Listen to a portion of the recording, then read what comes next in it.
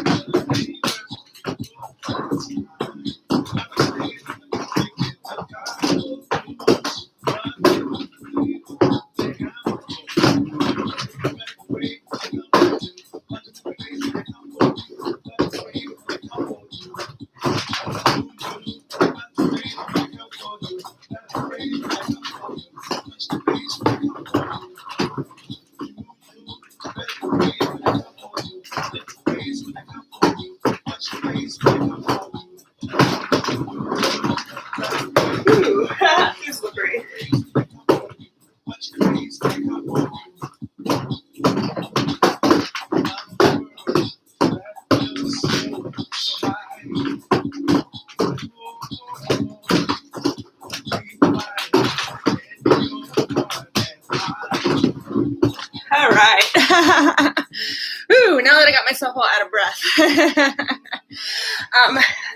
All right, so let me start talking about my gear. I'm going to turn the music down a little more, even though I don't have it on too loud. There we go, right there. Ooh. All right, so, hey everybody. It's Mari, yay, sweet. To answer your question, do I have any figure skating experience? I actually don't. Let's see, catch my breath. It's funny how even just a little bit of dancing can get you so out of breath so quickly. And, you know, I skate several times a week. I go really hard, those who know me from the rink. You'd think that it wouldn't make me out of breath, but it still does. So I don't really have figure skating experience, no. When I was a kid, I had quads. I skated in my driveway. My sister and I used to watch figure skating all the time on television, and because of that, we would then go out in the driveway and try those things out, and we taught ourselves to do front and back crossovers and this sort of stuff. And then I had blades in the 90s, skated outside in Boston for a long time. Not really a long time, but, you know, a few years, mostly just for transportation. I wasn't doing anything fancy, just forward and backward skating. And then I didn't skate for almost 20 years. And it was now closing in on 2.5 years ago that I started again. I met someone who had quads. She inspired me to skate again. I actually went out with her on my blades and she let me try on her quads. And I was like a kid in a candy store. I was like, oh my God, this is the best. This is so fun.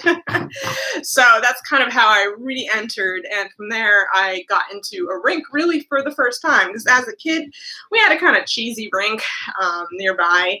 That I went to maybe a total of like 10, 15 times my entire life prior to 2.5 years ago. And that was really my only skate experience until the last couple of years. So I am very thankful, first and foremost, for where I live. I live in New Jersey. We're kind of a bit of a roller skating hub. You know, you hear about Chicago, you hear about LA, New York, New Jersey, Philadelphia, like we're another hot spot too. So I have been lucky enough to be able to skate with really some of the world's best skaters here, and learn from them, sometimes directly, you know, asking questions or having them teach me, and other times just by watching, by being in the culture all the time, being in the rink 3-4 times a week at adult sessions, and having these amazing skaters model, you know, what is possible on skates, and watching them. And I would actually, I still kind of do it sometimes, but I would go on Instagram and see these brilliant skaters doing these amazing things, and I would do screen record videos of their videos so I could slow it down with my thumb and really see exactly what they were doing with their feet. And that was like, I was kind of my own teacher in that case, but I learned a lot by doing that. Okay, yeah, so shorter plates. All right, we're going to talk about that. All right, great. So first, let me tell you what my very initial setup was when I first started skating again. It was actually August 2018. This was basically my first setup. It was actually a different boot than this, and I'll tell you why, but it was an Impala. So these are Impala skates, right? And I had Moxi gummy wheels on them. They did have a toe stop at the time. That was my first setup. I had a different pair of Impala boots, and those, as many of you have probably heard, you probably know that they tend to separate right here. And here you could just, I don't know if you could see it on here, but it's just, this one is just starting to separate. But the pair that I got, it was one of the turquoise ones, the ones that look just like the new skate emoji that just came out. That was the skates I had. And, you know, I got into a rink and it wasn't my first time skating. You know, I did skate as a kid. I could skate forward and backward. I was always, you know, kind of energetic. I would skate fast. I was into like learning footwork and trying things out. And within about 30 days, 3 weeks maybe of skating, in less than 30 days, the boot started to separate from the heel. Now this was the early days of Impala, so at that point they were actually still sending out replacement boots. So they were kind enough at that point, when I sent them photos of what had happened in such a short period of time, they were kind enough to send me these skates. as a replacement, free of charge. So that was awesome back then. I hear they don't do that anymore, but you know, the boots were actually being sold for more money then too. I think they were maybe 150 to 175. I think now they're only 100, so they've lowered the prices considerably. But these became my daughter's skates. She's 16 years old. She doesn't skate that much. It's just a recreational thing for her. She's not trying any fancy tricks or footwork. So these boots are actually totally fine for her. Again, they have the Moxi gummies because she's used them outside. And they're great. You know, give me 1 second. I don't know if you could hear my cat. She's freaking out at the door and wants to come in and join me. So let me let her in and then I'll come back. Otherwise, we're going to deal with her meowing the entire time. All right, baby, I see your nose. Here she is. So we have a little friend with us. This is Esther. Esther, come here. Come here. Yeah, hi. This is my baby Esther. She's my favorite kitty ever. I've had many cats, and this one is the most special. You see, she gives me kisses and everything. And she actually gets really excited when I skate and likes to run around the room, and she likes me to pick her up. I actually posted a video here on my YouTube, I guess it was this past week, of me skating, holding her, where she was actually asking me to pick her up. And it's like a game for her. It's funny. She's a 10-year-old cat, but she's still the most energetic little girl ever. And she's going to sit in my lap right now. Let's see. I can put this like this. So you can, well, I want to make sure you can see me. Me and my cat. All right. So anyway, first I had these guys, right? From there, she has rhythm too. So first I had these, the Impala skates. I had the Moxi gummy wheels on them. From there, I changed the wheels because I was in the rink, and I changed to Roller Bones 101A wheels. They were much more effective for the rink. And actually after that, I went down to 98s. But the wheels, if you want to hear about the wheels, you can go on my YouTube channel. There's actually a wheel review that I did where I get into all the details of the different wheels I used over time. So that's kind of already up here. I'll mention it briefly here and there in this live stream, but this is going to be a little bit more about boots and plates than wheels, though wheel questions are welcome. So from there, I got these, I'm not going to take them off for you, but I got the Moxi Lolli boots. Now, if you know, the Moxi Lolli boots come with these plates. This is my old plate that was on these. This is, I don't know what's going on. We got some interesting crowd people in here, but we'll let that go. So this is the what's it called? The Powerdyne thrust plate. It's what comes, the stock plate on the Moxi Lollis. I believe it also comes on some of the beginner Rydell skates. Powerdyne plates are affiliated with Rydell. They're kind of the same company. So if you're going to get a Rydell skate, it's more than likely going to come with Powerdyne plate, unless, of course, you buy the boot separately and you decide to put a different plate on it. All right, so these plates, I used them for about 1.5 years. And like, if you've seen my videos, or if you know me personally from the rink, you will know that I skate really, really hard. I'm the person who's like, you know, whipping around the rink, trying to, you know, master tricks at speed. And, you know, I tend to weave around people. And it's just, I don't know. I like that. I like to have to think on my toes. So that's kind of like, let me see if I could actually get rid of this person here. We're going to hide this person. Messages will be hidden. All right, boom, done. I think I want to play without the spot for the toe thing so I can do more on toes. Yes, yeah, we're going to talk about that because that's the plate I'm on now that I went to after this.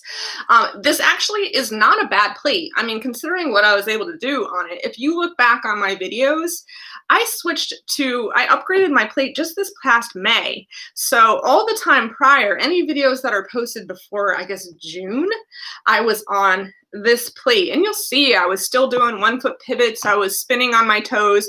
I was doing all sorts of things. As you can see here, I had taken off the toe stop. I actually have a toe plug in there. I don't know if you can tell, but look how worn down the plug is, because sometimes I would land on it and you can see even the top of the plate is worn. What ended up being the biggest issue with these was the pivot cups. If you don't know what a pivot cup is, it's this little thing inside here that the trucks kind of sit in. So this is your kingpin here. And then this piece here is your truck, and it goes in here in what's called the pivot cup. The pivot cups on these are just little plastic little cups, literally, and this sits inside. The end of this is rounded, and that makes it such that it can move around, and that's how you get that action on your skates. All right, so just to give you guys an idea of how a skate works, I'm going to show you on here. This is not the best example because these skates are, this is a very, very beginner pair of skates, and these plates are really not very fantastic, or they don't really move too much. However, when you're skating, when you lean into an edge, so in this case, this would be an inside edge, this case, this would be an outside edge, what's supposed to happen is your wheels stay on the ground, but your boot and your body are going to move. So the action happens in here with the cushions and the kingpin and the pivot cups, and that's what allows the boot to actually like bend. So I don't know if I could really move these too much, but yeah, these are pretty tight right now, but if you can see, there's a little bit of wiggle room. So when you guys play with this little piece here, this, your kingpin, you're tightening or loosening your trucks and allowing more or less action in there.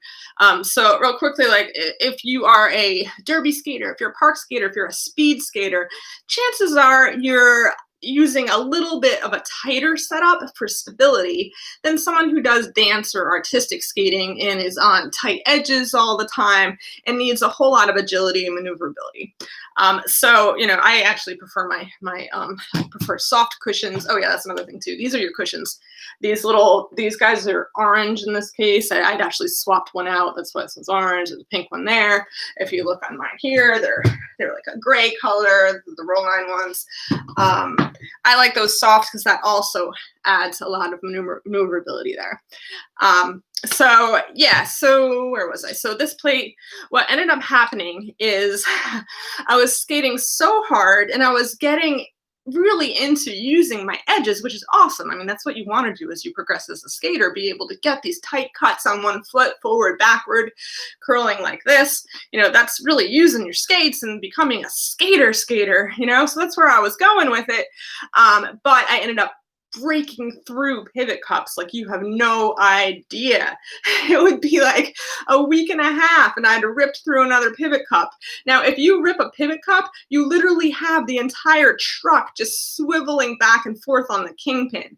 Like, it's not going to swivel all the way around because you got it connected to wheels and like the whole thing, right? But it would just be swiveling back and forth, especially the front one. This is the front. It would just be like shh, shh, shh, shh, shh, shh. And I was skating like that. I was literally skating like that. For months I skated like that. And people would be like, wait, your plates are broken? And I'm like, yeah. And that's why there's certain things I can't do or can't learn because I'm on this busted up plate. So all this said, I do think that the Power 9 thrust plate is an excellent beginner plate. For the money, this is a $50 or even $40 plate. Like, that's nothing for what you can get out of this plate. So I'm actually a pretty strong proponent of the Power 9 thrust. It's just you're going to outgrow it at a certain point. You're going to want to be able to get tighter cuts, deeper edges than this plate is going to allow.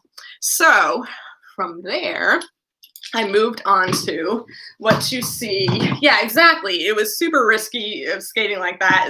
The funny thing is I didn't even realize when it would happen. I almost think it like helped my edges because it allowed it to move a little more. So in a weird way, it was good for me, even though it was also a little dangerous. So yes, here is my current setup. You know what? Let me just take one of these off so I could really just hold it and show you. This was this last May. Actually, this was a two-step process. Let me tell you the middle point before I got to the Roll-Line Giottos. So I had considered the Power 9 Reactor Neo plate, which I have sitting right here. And I ended up getting the wrong size. So if you look at the thrust plate, this is what's called your wheelbase, from one of the wheel nuts to the other. So if you see it like on an actual skate, right, it's from here to here. This is your wheelbase. So if you look on this plate, The length of my wheelbase is, yo big. Now, if we look at this Powerdyne Reactor Neo plate, it's actually a little bit bigger. I know you're not really going to be able to tell here, but I don't know if you can see right there. It's probably about a centimeter longer. That ended up being too big for my liking. One interesting thing about these Moxi Lollis, when you buy them, they come with this. However, the size of the boot doesn't necessarily match up exactly ratio-wise to the size of the plate. Definitely have to skate delicately on your thrusts. Yeah, there's only so much you're gonna get out of these. Yeah, and yes, if you're having some issues with these, it might be your pivot cups, it might be your cushions, it could be so many different things. It might just also be you're out skating them. It's time to move on. Let's see, did you replace your blasters with Giottos? So I replaced these with the Giottos. So they weren't the blasters, they're the thrusts. So yeah, so this wheelbase ended up being too long for me. So then I was like, you know what? I just need to invest in roll lines. I'm going to tell you right now, roll lines are crazy expensive. This is like a $290 plate. It's worth more than the boot is worth. But it is a real piece of sports equipment. It is really, really well made. I have never heard one person complain about a roll line plate. I'm sure there's somebody out there who hates them because, there's always going to be differences of opinions. But I mean, they're fantastic. Like I went from when I'd be skating and I try to do like a tight cut. See how like right now I'm not in the boot, right? So you don't have my weight bending the cushions and trucks and stuff. So a wheel would come off the ground. And if you have wheels coming off the ground when you're doing a tight cut, guess what's going to happen? You're going to fall. And you're going to be like, whoa, I'm like on the edges of my skates falling over. So you can't skate like that. You can't skate past a certain level like that. And I can't stress this enough. When you get to a certain point, you need to upgrade. There's a ceiling with what you can do on different gear. The same goes for wheels. There are wheels, if you're skating a certain surface with a certain set of wheels, you're going to be limited. There's only so much you can do. Yes, convince your dad. Tell him I told you that you can get new plates, that it's time. Because you know what, Mara, you're a great skater. We got someone in here that skates locally with me, and I skate with her parents as well. And she's absolutely fantastic. She actually has a really cool YouTube channel too, so you can check her out after we're done. Yeah, you're super ready for an upgrade. So yeah, so I ended up getting Roll-Line Giotto plates. This is what we call a no toe stop plate. You can see here, there's not even a place for a toe stop or a plug. Now, I skate here in New Jersey, and for a while I was skating more the Philly, South Jersey scene, and I still skate down there. But I really grew to love the North Jersey, New York style skating, which is very bouncy. It's to house music. There's a lot of, what the greater skate community has come to call rhythm skating, meaning, dancing, doing line dances in the center. It's very, very technical skating. It's very athletic. I know I'm a little biased because I'm from here, but I'm going to tell you that the skating I've seen in North Jersey is better than the skating I've seen anywhere else in this country. Now, granted, I haven't skated Chicago yet. I hear Chicago and Detroit are awesome. I have yet to skate those places. But I've skated all down the East Coast. I've skated down in LA. I skated in Denver. I've yet to skate Dallas. That's another big skate hub that I haven't gone to. But I've skated Atlanta, skated all around DC, skated Tampa and Orlando, Jacksonville, in North Carolina, in Virginia. And what you see in North Jersey is like the top of the top. It's the biggest population of great skaters in one place that I've ever found. But my point in all that is that people up north tend to skate in shorter plates because that's what the style commands. We're on our toes a lot. I'll show you actually after I talk about everything. I'll show how, I really use my toes a lot. When I put my foot back, I tend to really tip my foot. And when you're doing that, you don't want anything here. I mean, there's still lots of people who use plugs there, but there's not really people who are using stops. But the roll-line Giotto plate, what I have here, is really, really popular in my region, and I could see why. It's really well suited for how we skate here. Yes, I love skating to house music. I've grown to really, really love it. I really was not aware that house music was something that people skated to until, the last couple of years. Actually, it was only about 5 months into my skate life that I drove cross country from New Jersey all the way out to Los Angeles to visit a friend and do some music out there. I'm a musician by trade, so I was doing some music, but I was like, well, I'm just going to skate across America since why not? I'm taking this road trip, and I'd already become passionate about skating and like addicted to skating. I'm like, I have to skate every week. I got to do this. Yeah, where was I going with that? Whoa, I just lost my train of thought there. Oh, house music. Yes. So, what I saw is out there or along my journey, whenever I'd say I was from New Jersey, people would be like, oh, don't you guys skate to house music out there? And at that time, I was a little unaware of the house skate scene in North Jersey because I'd largely been skating Philly and South Jersey. So it wasn't until I came back from California that I really got into the North Jersey culture and saw, the wonder of skating to house music. But that's an aside. That's not about my gear. That's just about music. I think you'll be a short plate person. Yeah. Oh, yeah. It was like probably my favorite road trip ever, being able to drive all the way across and stop at roller rings. I skated in Oklahoma. I skated in some really weird places I don't want to say weird, but skated in Nashville. Nashville is actually a great place for skating. They've got some nice rinks there and some awesome skaters as well. Yeah, so anyway, back to my plate. So I got this roll-on Giotto plate. It changed my game completely, like 100% flip-flop. I was a new skater. It did take a little bit of an adjustment. It took a little while. At the start, so first of all, this plate, I don't know that it's heavier, but the weighting of it is different because you have this extra piece in the front here for a plug or a stop, where this doesn't have anything there. And given that it has nothing, there's less weight in the front of your foot. So that means I had to adapt where I was putting my weight when I was skating. Now, also, I was talking about the wheelbase. This one is, let's see. So this one here, the Giotto, is about 1 centimeter shorter than the Powerdyne thrust plate I was on. And because of that was an adjustment as well. Like now I felt like I had to ride more of my weight into my heel because I felt like I was like, oh my gosh, I'm going to tip forward. I mean, not really, but like a little bit on certain moves, like especially 1-foot pivots. I remember that being the hardest thing to adapt to, was doing 1-foot pivots, because I had to shift my weight a little bit differently. Like my center of gravity was in a different spot. But when I say I had to adapt, I'm talking like a week. And this was during quarantine when rinks weren't open, and I was only skating outside too. So I really think had I had the opportunity to be skating inside, it would have been like 2 sessions and I would have been good to go on a new plate. It was the same when I switched wheels. It never took me longer than a session or 2 to adapt. And every time I've switched, it's always been an upgrade. So I've always skated better as a result, and more things opened up for me. All right, let's see.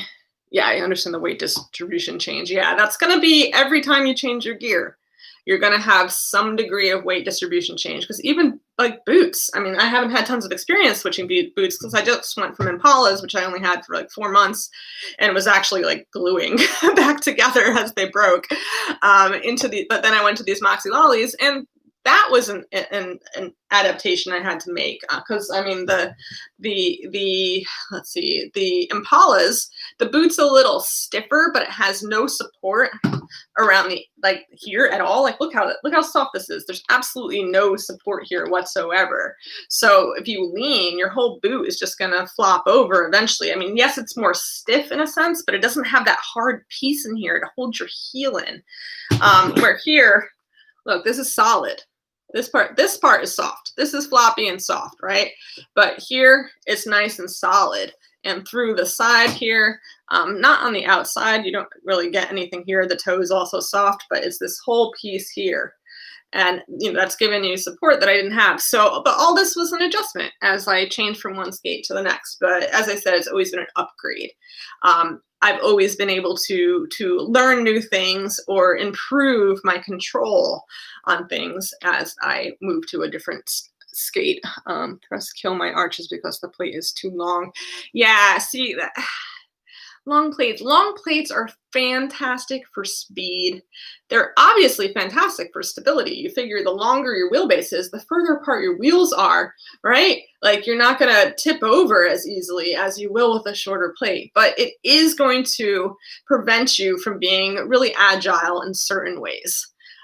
This said, you see jam skaters, especially who are wearing like vanillas and, the Rydell, the low cut skates, they tend to skate on a wider wheelbase. They're the ones who you see kind of doing like groundwork. You see doing more like breakdancing kinds of moves. Those folks usually do use a longer wheelbase.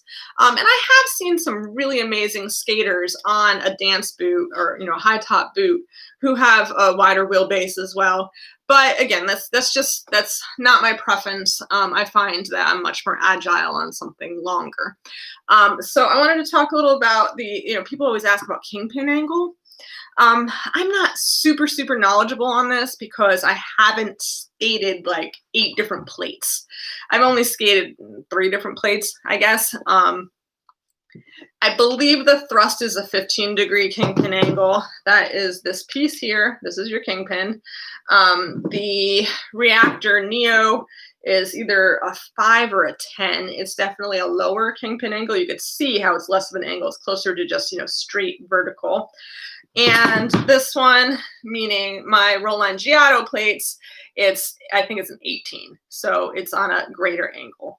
Now, when we talk about higher Kingpin angles, you're going to get more maneuverability. So here, I don't know if you can see them bend. It's kind of hard to bend them without actually being in them.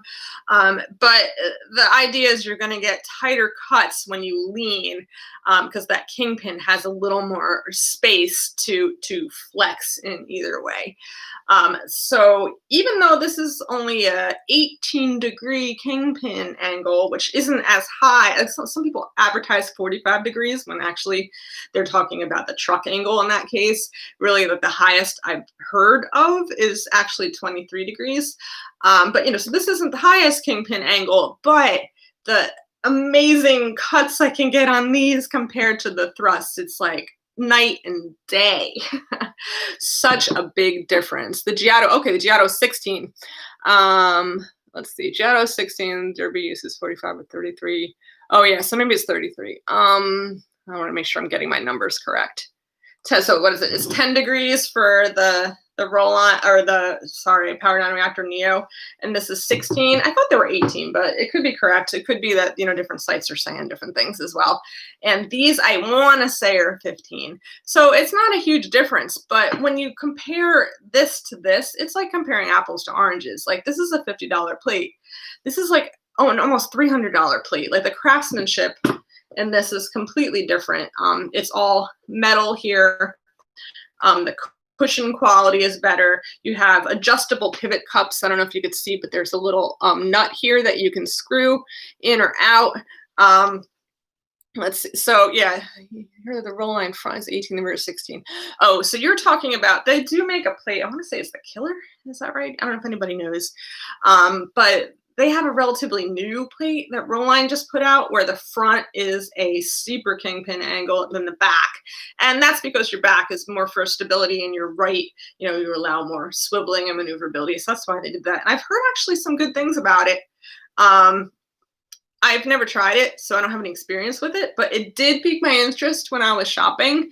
So if anyone does try that, I would love to hear what that's all about.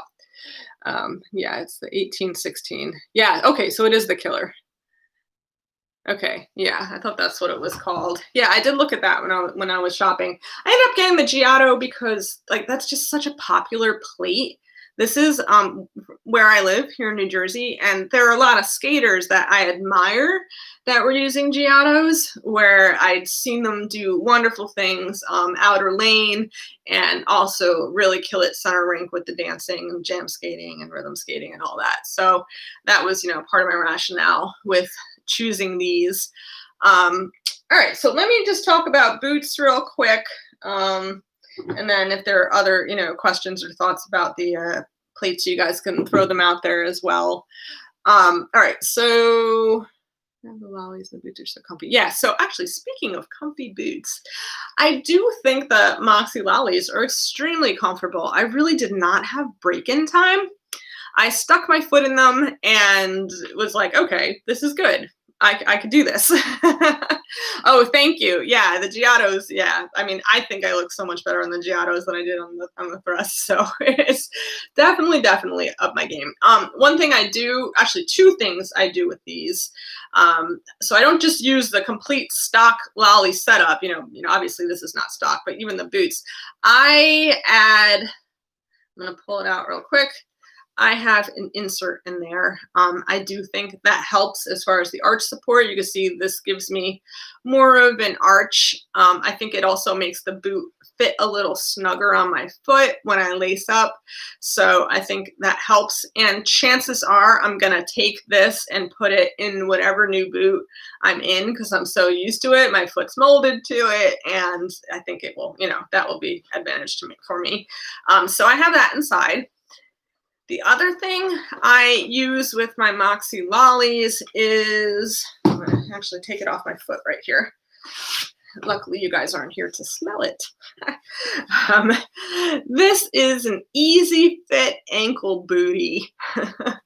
I use these over my socks. I know some people use them under their socks. I use them over my socks. I guess under your socks would be to prevent blisters. For me, blisters aren't the issue. The issue is that my heels are on the narrow side, even though the front of my foot isn't so narrow. So what would happen is my heel would slide literally up and down in the boot as I was skating.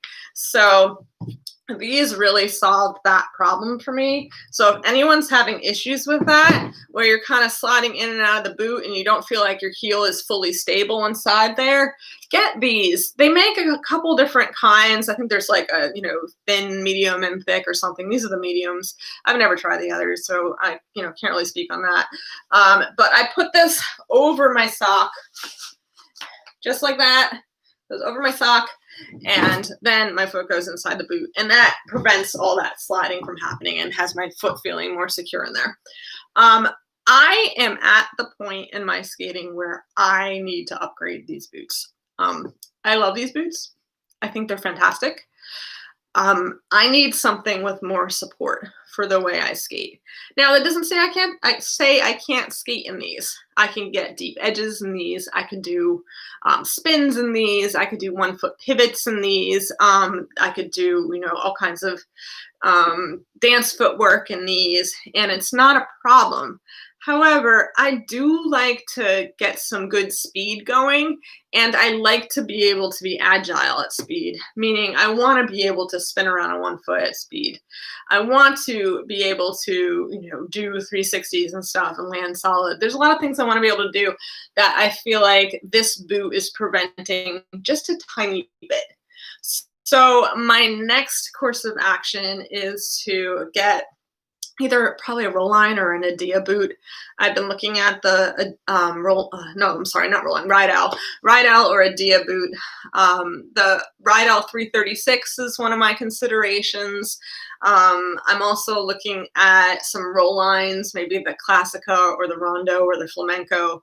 I know people who skate in all these different models and love them. So that's kind of next on my list. If you watch some of my videos, you'll see, I see it. This is like really nitpicking, and this is, me being hypercritical of my own setup, or my own kind of like, I don't know, my own like ankle angle, and how my setup is affecting how my feet are hanging and things like that. Like I'm really getting really particular about this. But what I do notice is these Moxi Lollies, they don't have support here. They really don't have support here. So if I'm in even like the hard part that is here, this caves, I don't know if you could see here, but it can cave right over with my weight. It's not really that strong. It's not gonna, I weigh about 130 pounds. So I'm not big, but I'm enough weight where when I lean, I'm going to push that little hard piece right over, meaning there's only so much of an edge I can get on these skates. So I'm looking at something that's stiffer. So when I lean into an edge, especially an inside edge, my boot is going to remain holding my ankle and my foot straight. So I'll see it. I'll watch videos of myself and really critique them, and I'll be like, oh, wow, I could see how my foot pushed that edge too much, too sharp, or too shallow, or whatever, because of the boot. Also, something for me in particular is my feet. When my legs are just, if my feet are hanging, they kind of hang out a little bit. And because of this, sometimes I'll be doing like a pivot or a turn, and I'll see that my foot angle is just really bad. And it's something like I try to be conscious of and manually change. But I can only change so much of it because really my ankle is just flopping around in these. So I think something more stable, more secure here that keeps kind of my whole foot and ankle in one solid position. So more is happening from leaning than from ankle movement, will help me quite a bit. So that's kind of what I'm looking at as a next step. I'm hoping to be able to get some new boots within the next couple of months. I know a lot of things are backed up as far as production and whatnot, especially with Rydell. If they did go with the 336, I don't know what they have in stock. I mean, most of what they're out of is the beginner skates, but still, even the higher end stuff is questionable. But I haven't heard anything about Adia being out of stock on things. So, I mean, that might be the direction I go. So we'll see about that. All right, let me read what this says. We have hockey insoles in yours. Nice. Yeah. Yes, exactly. I mean, insoles are great. Don't be afraid of trying different ones. And you could just go to CVS or Walmart or Walgreens or whatever, and they've always got a whole wall of different options of shoe inserts. So find whatever works best for you. Like I said, I'm using this one now, but I did have just a little, like one of those little sticky gummy ones, that just creates an arch. I had one of those in there for a while, and that wasn't really enough. It wasn't comfortable enough, and it would shift around. But these have been great. You can see where the rigidity is lacking in your lines. Yes, yeah, exactly. Yep, it prevents the good edges. It's funny because I can get pretty good back outside edges, meaning when I'm coming like this, and that's probably because this is the most solid part of the boot. So, and when you're doing a back outside edge, you're really putting all your weight on this wheel. That tends to be okay in these boots, but it's, for whatever reason, it's the inside edges for me that suffer the most. It's like once my foot caves in a little bit, the whole boot caves in. Yeah. I know, I can't wait to see what boots I decide on either. We'll see what happens. It's still a toss-up. Rydell Adia. I know it's kind of almost like if you go to the rink, at least here in New Jersey, it's like a 50-50 who's on Adia and who's on Rydell. It's like Team Rydell, Team Adia. So we'll find out. Are my skates lightweight right now? Yeah, actually, I don't have, I should have brought, I have a postal scale. I should have brought that up here, but oh well. They are quite lightweight because these plates, one of the nice things about the Giotto plate not having the toe stop or even a spot for a toe stop is that it's super, super light. You figure here, look at all this extra metal you got here, right? That carries weight. And my skate's literally rolling away. This floor is not very flat. But yeah, so that adds a lot of weight here. So these are really light. Of course, what kind of wheels you put on are going to be a factor. The Moxi Lolli boots are fairly light. Part of that being this is hollow. I mean, obviously, if you have a cork heel, that the cork is super light as well. But these are hollow. I mean, that's one of the reasons they're not crazy, crazy expensive. I know they're not cheap. No one's going to say Moxis are cheap. However, they're cheaper than the upper end Rydells or the Adia boots. Actually, let me just talk about this thing for a second here. Oh, here's my cat again. So one of the reasons so look at this. You don't have a big chunk here at all. Here it's a tiny bit bigger. And here I have absolutely nothing, right? So one of the reasons I had considered this plate is because this part isn't actually that big. Where if you look at the, let's see, what are the different ones that I looked at? What's it called, like the Falcon or something? There's another brand out there that I looked at where this part was just really quite big. I'd also looked at the 45-degree shore grip plate, the DA45. I had a friend who had those. They let me try them, and they were interesting. To me, they were a little swirly, but they were interesting. But they had such a big piece here in the front that me, as somebody who does dance and doesn't use a toe stop at all, like would be using plugs no matter what, if anything, I really didn't want something that gave like an extra inch to my plug. It just wasn't really going to be effective for me because I wouldn't be able to get so tight on my toes, or with such an angle like I wanted to be able to do. Yeah, Esther, my kitty, come here. Where'd you go? Come here, you. Hey, baby, you want to say hi? Here she is again. Oh, I love this cat. Yeah, I didn't think about the size of that area either, really, until I tried my friend's skates on, and I was like, oh, wait, that's like right there. I can't dip down so far on my toes without hitting the plug. So yeah, like that was a factor in my decision. And I was at my friend's skate shop, and I just like looked at everything on the wall, looked at everything that he had, and end of the day I was like, okay, it's either these because this part isn't so big, or these where I have nothing at all there. Now I did consider, I think it's called the variant. Someone correct me if I'm wrong. Like some of these details I'm just not super aware of, but this being the Giotto plate, the variant I want to say is this, or is it the Mistral? I don't know. But they make a plate that looks exactly the same as this, with the same little cutout, the same thing going on here, but it does have a spot for a toe stop or a plug. I thought about those as well, but it was literally like $150 more just for that. And considering I would only be putting a plug in there, and I wasn't really looking to do tricks where I needed a toe stop. I'm not an artistic skater. I opted to just spend $150 less and get the Roll-Line Giottos, especially because I bought these kind of in the thick of, the first wave of COVID when quarantine was at its height. And I wasn't really making much money because I'm a musician, and the music industry has really just crashed and burned as a result of COVID. So I wasn't playing as many gigs or any gigs at all at that point. So I decided to, save myself the $150 and get the plate without the plug.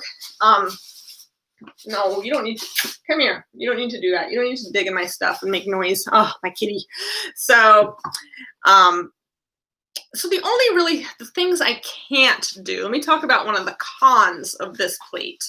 So one of the things I cannot do in this, I don't know if if you follow the skater T-Stacks, he's sponsored by Rydell, fantastic skater, but he does a lot of toe stop or toe plug spins where he'll be on one foot and he's got both his wheels and his toe plug on the ground and he's spinning.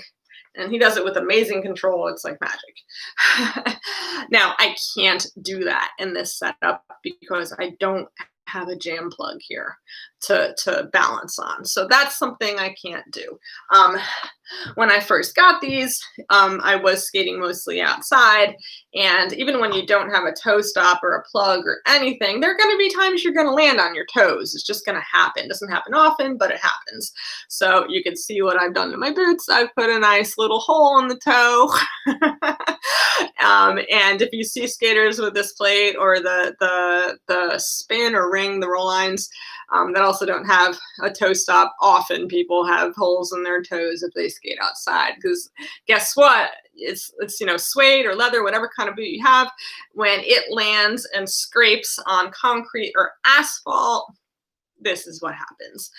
This isn't really going to happen in the rink too much because if you hit the wood, it just kind of slides. It's not going to dig a hole in your boot. So, that's another downside of a plate that doesn't have a toe stop. You're, going to damage the front of your boot over time. It's kind of inevitable. Even like you could see how the plastic here used to come all the way out here. I've worn down all that plastic. Is just gone. But, I'm not one who cares about keeping my gear pristine. it's just not really a concern for me. To me, here's Esther, she's back. To me, gear is meant to be used. Have fun with it. Like, don't worry if it gets scraped up, scratched up, scuffed up, whatever. Like, that means it's loved. That means you're using it. It means you're going out there and you're pushing your limits. You're taking the risks that you need to take in order to grow as a skater, to learn new things. And inevitably, your gear's going to get a little banged up. It's just the reality of it. So, I mean, I'm seeing that actually a lot with the new skaters and some of the forums on Facebook and Reddit, some of the Instagram, posts and stuff. People talk about their toe caps and things, like their protectors, and everyone's concerned about keeping their skates looking perfectly new, but they're not going to stay perfectly new. And by the time they get to the point that they're super beat up, if you get them there, that means you're skating hard enough that you need an upgrade. And that's a good thing, right? That's a great thing if you need to upgrade. That means that you've grown as a skater, you're learning new things, and you're doing awesome.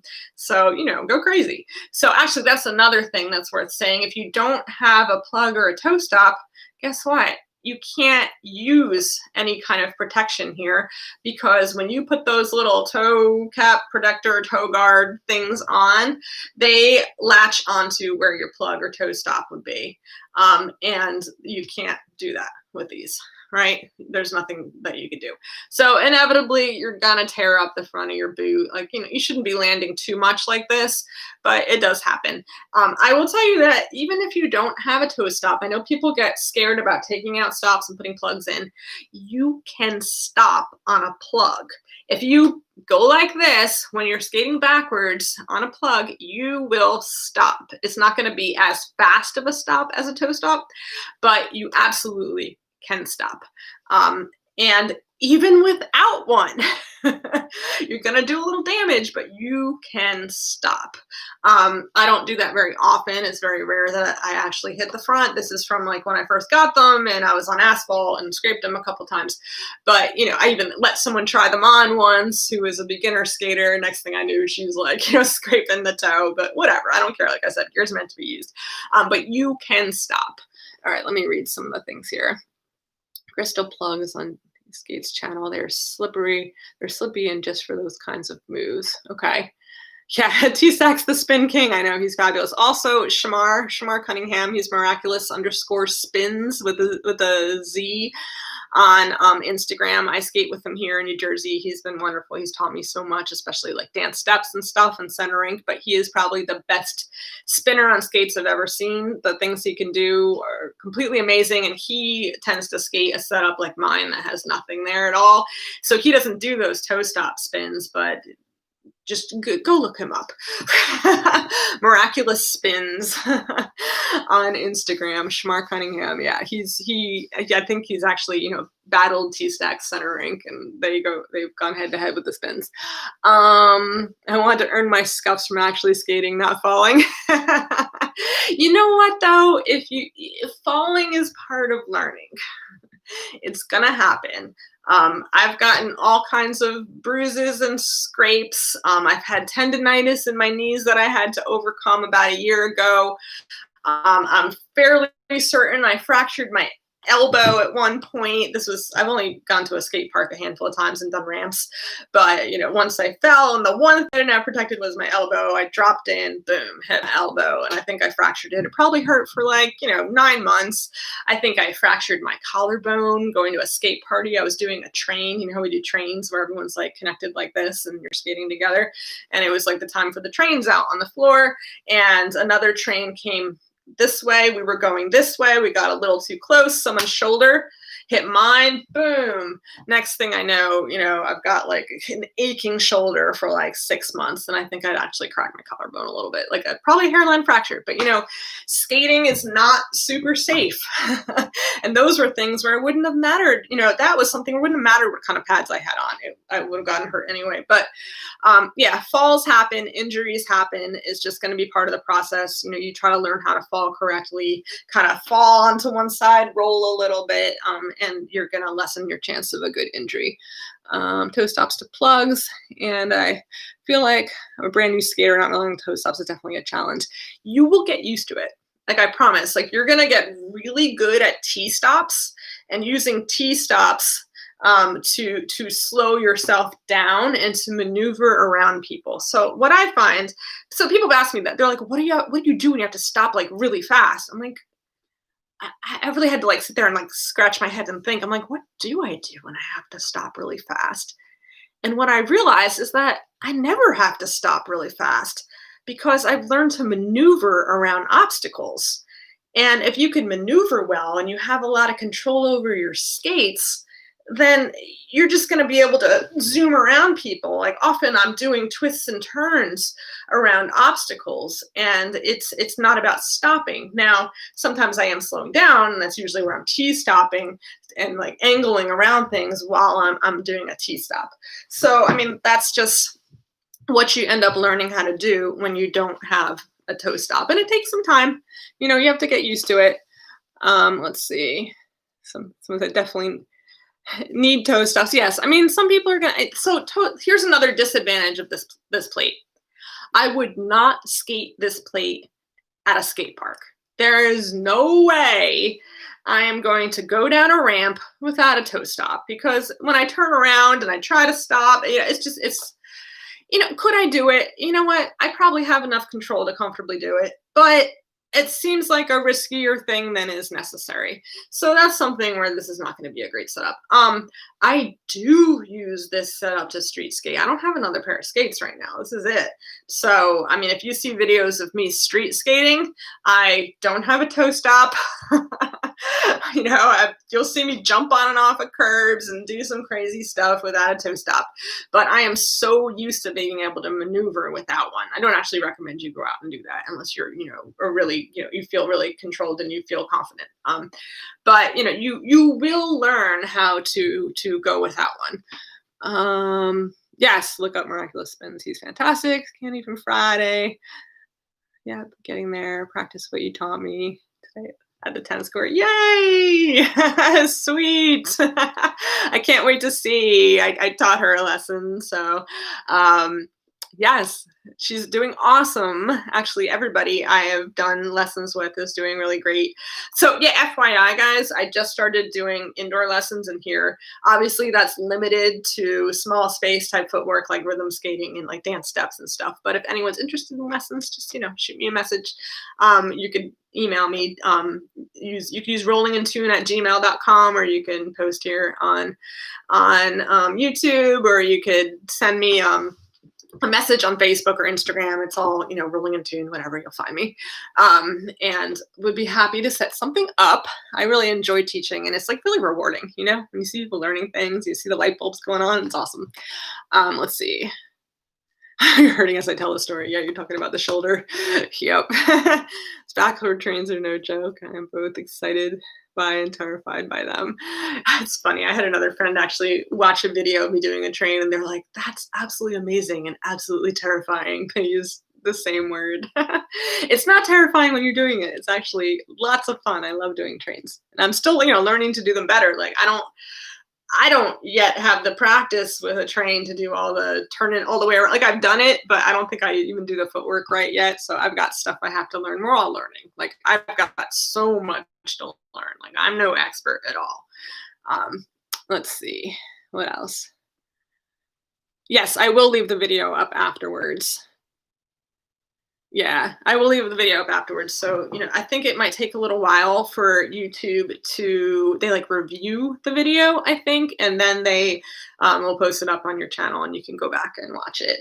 All right, so let's see. Are there any other questions? I'm trying to think of what else I could share on my setup. I'll just real quickly talk about the wheels. Right now I have Roller Bones 98A 57 millimeter wheels on. Where are they? Somewhere.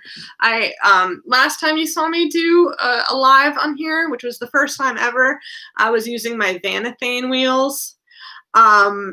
This floor, there's no grip at all. It's completely slick. So when I was using the Vanathane wheels in here, it was like being on ice. Like I could spin flat-footed all the way around. It was kind of cool. I mean, I really liked it in a way. It was fun, but maybe a little dangerous. These I have just a tiny bit more grip. It's still pretty slippery. These I use mostly on like smooth surfaces outside. Yesterday I was skating with a friend inside a converted warehouse that now has like art studios and gallery spaces in it, and we're skating in the hallways after hours. And that was like a polished, like a painted cement, and that was also really slick. So I took off my Vanathane wheels and I put these guys on. Some people love 98A in the rink. I think they're good, especially as you're learning and you're developing control. These do have a little grip, so they keep you from sliding out. Once you develop that control, you'll probably want to move on to a 101 or a Vanathane wheel. So, that's just a little wheel talk. Did I get some Radar Energy 57s yet? I have not. And the reason I haven't is because we're headed deep into the throes of winter here in New Jersey. So the chance that I'm going to be doing a lot of outdoor trail or street skating is probably kind of small. And that's what I would be using those for. For even tennis courts or, outdoor street hockey rinks, I use these. I use the 98s. I'm just trail skating around my neighborhood. Actually, these are right here. So I'll show you. These are the Sonar Zen. I use the Sonar Zen 85A wheels. The reason I was thinking about, if you guys watched my other video about wheels, the reason I was thinking about the Radar Energies is because they're 57 millimeters and these are 62. And I prefer a smaller wheel. So eventually I will get them, but I'm probably going to hold off until spring because I don't really need them now. And I'm more interested in upgrading my boots than upgrading to more wheels. Whatever, you gotta set your priorities, right? Boots for now, wheels for later. So yeah, you got them, you like them. It seems like the Radar Energies are pretty much, they're popular across the board. Everyone seems to like them. I think they're a really solid wheel. Isn't related, but I wanted to know, how is Branchbrook's floor? My mom says it's super slick. I may have to wear 85A or something. Branchbrook. So Branchbrook is our rink that's in Newark, New Jersey. It's right outside New York City.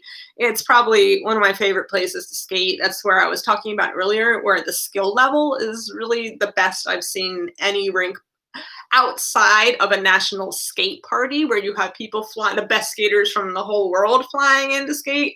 I would say next in line for best skaters is Branchbrook Park in Newark, New Jersey. I use my Vanathane wheels there. I've never even used 98s there. It is slick, but it's not. I think Holiday right now, if you've skated at Holiday in Delanco, well, now it's called The Rink in Delanco, New Jersey, I think that's more slick. And I think you did say, Mari, that you had skated there. So I think you'll be totally good on hard wheels. And everyone, that's kind of the thing. Everyone uses Vanathane or Fomax or like really hard wheels at Branchbrook. So I think you'll be okay. Which new plate are you hoping to get? So for plates, I'm actually pretty happy right now with the Roline Giotto. I only got it in May. If I switched to a different plate, it would be another Roline plate. I don't think I'm going to get the Paradigm Arius. I know some people like that, but it's a totally different mechanism for adjusting and changing cushions and all of that. So I will probably stick with Roline. If I were to switch, I would go to either the Roline Dance, Spin, or Ring. I cannot remember. I think it's the Ring and the Dance that are the same, but the Ring is like this and has no toe stop spot, and the Dance does. So someone correct me if I'm wrong, but I think that's the case. The Spin they didn't make for a while, and they recently re-released it. Those plates, they're a bit of a different setup. They do have, I want to say that is a 23-degree kingpin, so it's a higher kingpin angle. So in theory, that should mean tighter edges and cuts with less leaning. But less leaning also means you have to really have the muscle to hold those positions. So, I mean, that would be a growth process for me switching to one of those plates. Also, it's a little bit lower, if I'm not mistaken, meaning, this part here is just your boot is a little closer to your wheel. Like you see here, there's really no, they call it wheel bite, right? Where if you lean so hard that your wheel hits your boot, like there's really no chance I'm going to get wheel bite with a wheel this small and this much space here. But, if you have, a bigger wheel on a plate that's lower, that's a possibility. It's kind of a moot point for me because I always use small wheels, but that is something. So that, yeah, that would be the next step up. It's a little more expensive than the Giotto.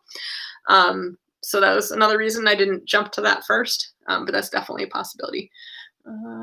Yes, come visit the US. Come visit the skate. I think you're in Canada. All right, I think so. Raiders are awesome for trails in your garage. 4 miles in yours today. Nice. Yeah. So I did like a 7-mile trail skate once. And like the funny thing is, so I had COVID in July. I did this 7-mile trail skate literally the day I started coming down with symptoms. So my symptoms were very minor the whole time. Like, you know, I just did my quarantine time and then I was fine, went back out. But it was kind of funny to me that I just did a 7-mile trail skate while I had COVID. Let's see. Branch Brook is on the list. Yes. Yeah, I know. Hurry up, vaccine. Yes, Branch Brook. You need to visit Branch Brook. You need to come on a Sunday night when COVID is not a thing. Because for a while, they actually had Branch Brook open. Only for like a month and a half, they had it open. And then Newark, New Jersey, the whole city shut everything down again. But they were being wonderful about the restrictions and the protocol because of COVID. They required masks on the floor. They're absolutely not permitting us to take them off on the floor. A lot of rinks have said you need them on the sidelines, but not on the floor. No, Branch Brook was being good about it. But the big clincher was they wouldn't let us partner skate or do trains. And that's a huge piece of the culture in North Jersey. So after a vaccine is out and this whole thing is behind us, which hopefully will be soon, then absolutely come to visit because it's an amazing spot to skate. Southern Ontario needs more rinks. You got 2, and they're both 2 hours away from me. See, again, I'm very fortunate, very happy. I live in roller skate hub. It's kind of roller skate heaven in a way. There's probably like 15 rinks within an hour drive for me. Some of them I wouldn't go to. They're mostly geared towards kids and families, but we have a huge amount of places to skate. I think with the 95A or something, I'll probably wear those if I ever grow up. Yes, I think 95A would be really fine there. You'd be comfortable in those, no problem. Hope I'm feeling better. Oh yeah, I'm feeling totally better. It did take about 3 months for my full sense of smell to come back. So that was a thing. But I only had really minor sinus symptoms. I thought it was allergies. It wasn't until I lost my sense of smell where I was like, wow, I guess I should go get tested. And then, of course, I got tested and turned out positive. My daughter didn't get it. None of my friends got it. Everyone else seemed to be okay. It appeared that I didn't spread it. But, you know, I was fine, thankfully, because I know that's not the case for everyone. So let's see. Are 8mm bearings an option with Giotto? Oh, okay. That's actually a really good question. Thank you for bringing that up. I'd forgotten that I was actually going to talk about that. So thank you for reminding me. No, I don't believe so. Roll line plates. Sorry, I'm just like adjusting the nose ring. I don't know why. I just like looked at myself and was like, oh, my nose ring is crooked. I always feel like I'm picking my nose when I do that. Nose ring wearers will know the struggle. So roll line plates typically are 7mm. Now, what this means is the axle, the diameter of the axle is 7mm. This only makes a difference for your bearings. This doesn't mean you can't use certain wheels. Any kind of wheel can be put on any kind of skate.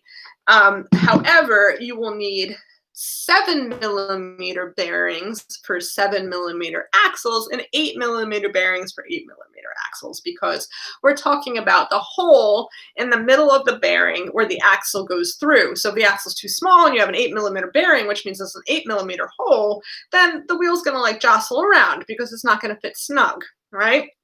So the reactor Neos, all the Powerline plates, those are 8mm. So they would take 8mm bearings, where the roll line plates are typically 7mm. Now, some of the roll line plates, you have an option. I think the Killer, I remember seeing that the Killer had an option. And that's probably because it's become popular in the derby world. And a lot of the derby players are here in the States, where, you know, maybe they were on Powerline plates prior, or what else? What are the other ones? What's that, the one I'm thinking of? Not the Avengers. The Avengers are short grip, but actually the Avengers, the short grip ones tend to be 8mm. The Avantis, they're 8 millimeters. So, you know, a lot of the companies here in the States do make 8 millimeter, whereas the roll line plates are made in Italy. They're a European build, and for whatever reason, they opted for 7 millimeter. Of course, 7 millimeter means less metal. It's lighter. It's fractionally lighter. It's probably just a hair, but it is going to be a little lighter, especially if you pay like the extra $300 for the titanium. Then it's even lighter. Yeah, so bearings, I bet you can get the Giotto custom built with an 8 millimeter axle, but to be honest, the amount of money you're going to spend on the custom build compared to the amount of money you're going to spend on a couple new sets of bearings, which chances are you need to replace anyway, is, you know, it just doesn't make sense. So you get your 7 millimeter and you call it a day. I bought 3 sets of bearings when I got my Giottos, and they went on my roller bones, they went on my Sonar Zens, and they went on my Vanithing wheels, because those are the 3 sets that I use. You know, bearings are a little annoying to pop in and out, so that's why I got 3 sets. Every now and again, if one of my bearings stops spinning or it starts, you know, squeaking or grinding, then I'll just take one of the bearings out of my Sonar Zens, because I use those the least, and I'll swap it out, and then I've got my pile of bad bearings, which are the ones that either I'll eventually try to clean or I'll just throw out. So I'm of the mind with bearings that you just wear them into the ground and then you toss them. Now, you can try to clean them, but what I've seen routinely, at least when I've tried to clean bearings, is they'll still grind, or like you pull the caps off and you put them back on again, and somehow they end up a little crooked, and I don't know. It's very difficult to do a good job cleaning bearings. Let's see. Right, yeah, okay. Yes, the bearings were questions you had. Going to go ahead with 8 millimeter anyway. Bearing sets are 8 millimeter. Similar from roll lines. The roll line variant plate, the dance plate, not the derby version. Which brand sells 7 millimeters? Okay. So like I said, 7 millimeters. The roll lines, that's the standard, 7 millimeters. The Shore Grip plates, the Powerdyne plates, those, the standard is 8 millimeters. I do not know about the Snyder plates. I really don't know about those at all. But they are, you know, they are, I believe, an American made plate. So my instinct is to think that they're 8 millimeter, but I'm not positive. But like I said, it's not a big deal. Like by the time you're ready to upgrade your plate, chances are you've already used those 8 millimeter bearings and like burnt them into the ground, meaning you really should replace them anyways. So then you just get a crop of 7 millimeter bearings.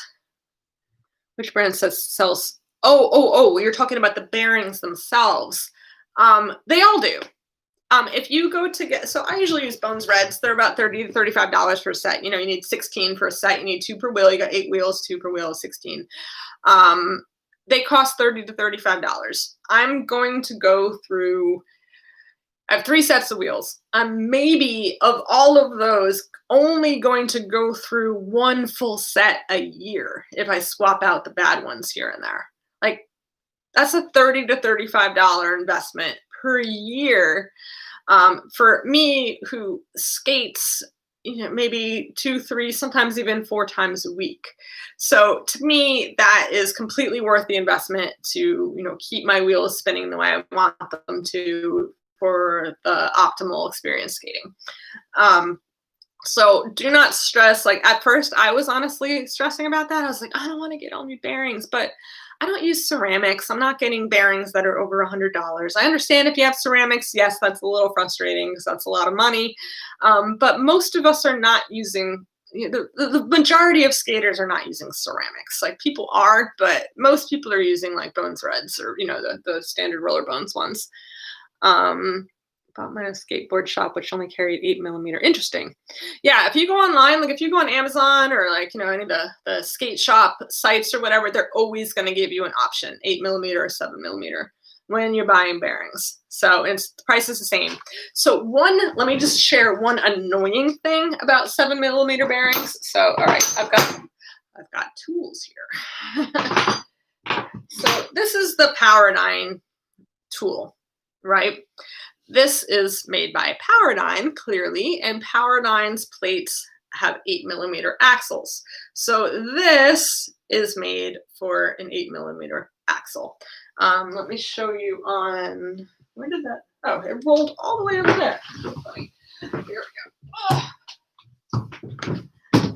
So here's the Impala skates that I have here that have 8mm axles. So I can kind of give you an example.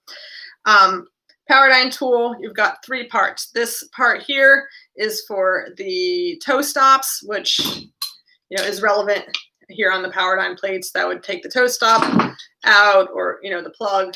This goes well, does this even go on there? I don't even know. Whatever.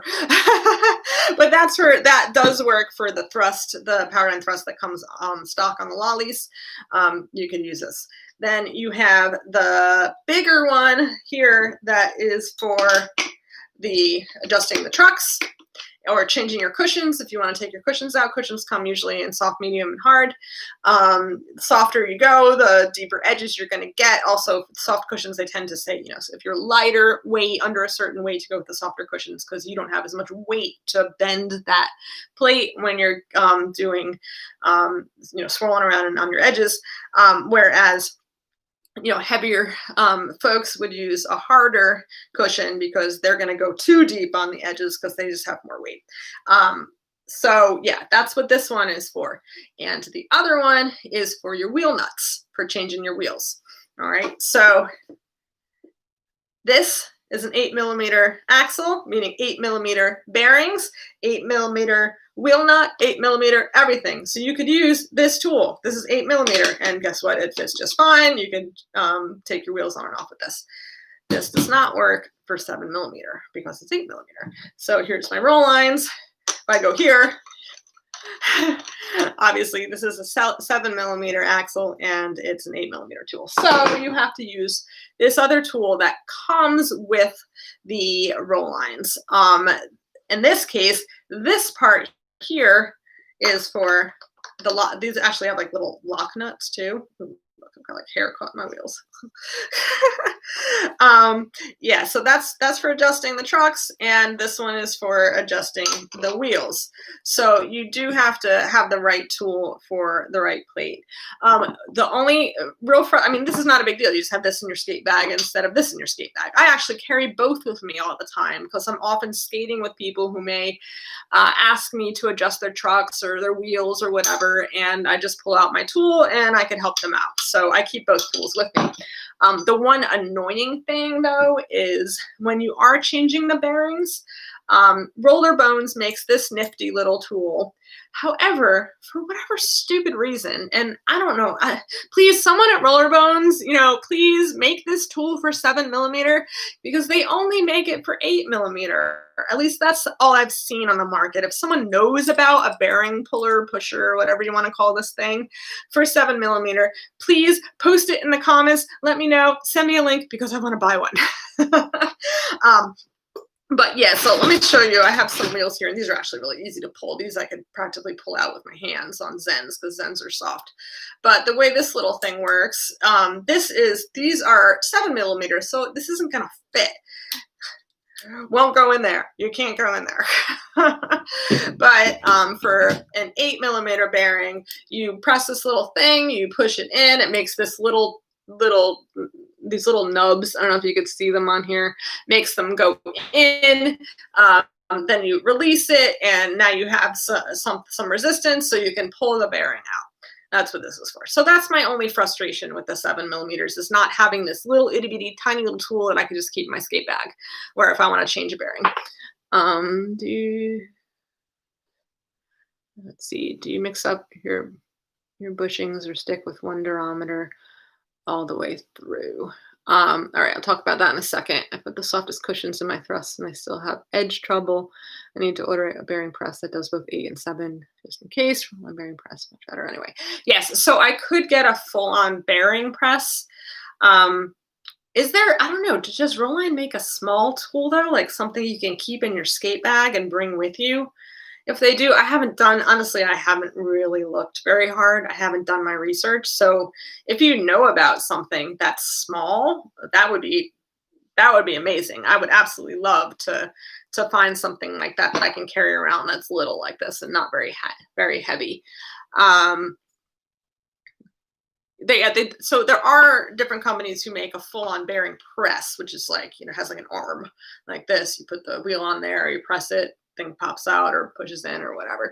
And those often will have an adjustable piece or something that you could change out if it's 8mm or 7mm. Some of them will only do 8, some will only do 7, some will do both. Okay, let's see. No, so yeah, you don't know of any kind of small tool. You haven't come across one either. Yeah. Yes. So yeah, axles. Obviously, that's what I ended up doing. So you can take your bearings off. Wait, do I have an extra? Yeah, I have the other skate over here. I think I do. Yeah, let me show you on this. Whoops, I got wheels. I got everything flying everywhere. So here's a skate with the other skate, which didn't have any wheels on it. So if I take off the wheel nuts here, and for example, I wanted to take these bearings out without using the bearing tool, you can put it on here and kind of pull it out, wiggling its way out. I don't know if that damages the bearings at all. It always feels like somehow you're gonna bend them and destroy them doing that. It's not my favorite thing to do. It always causes me a little anxiety, but maybe it's actually fine. But that is what I do when I have to take bearings in and out of the 7mm ones. The other option, obviously, is if you're at a rink or a skate shop, they will have a tool for it, a bearing press for it. So you could always have someone else take them out if you don't feel comfortable doing it yourself. It's not hard, but it does take time. And especially if the wheels are on the hard side, it's hard to get those bearings out because there's no give in the wheel. The softer wheels is much easier to pop them out. Inline skate tool. I don't even know what they make for inline. That's something that would be worth exploring. Oh, going back, talk about cushions. So someone brought up cushions. And that's a whole other realm of things that you can adjust on your skates. So the cushions, I'm guessing everybody already heard me talk about them, but if you don't know what cushions or bushings or whatever you want to call them are, I know in the skateboard world, they usually call them bushings, right? I think. But in the roller skate world, more often I hear cushions. It's the same thing though. It's these little soft things right in here. There's two on these roll line plates and the power line plates, except for the Arius. The power line Arius is a whole different setup, so that's different.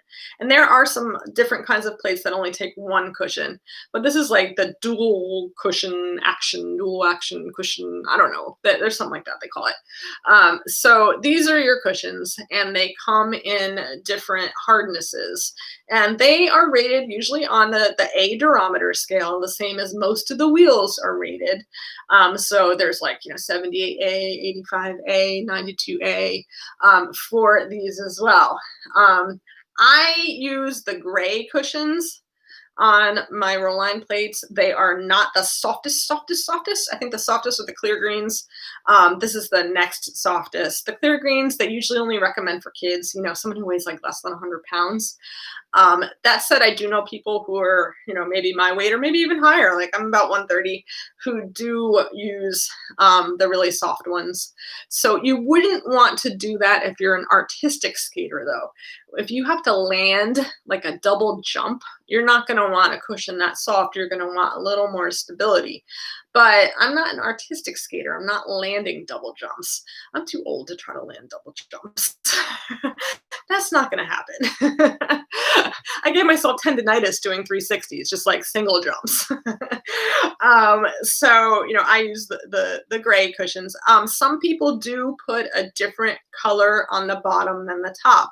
Now, the top ones, this is where your skate goes, right? So I'm going to talk about this one being the top, and then this one underneath the truck here being the bottom. The tops, some people like to use a harder cushion here than on the bottom, because the top is more for stability and the bottom is more for, I guess we'll call it agility, for being able to really get your cuts and stuff. I use the same. I was considering at the beginning using the blue clear ones, which would be the next hardness up from these grays.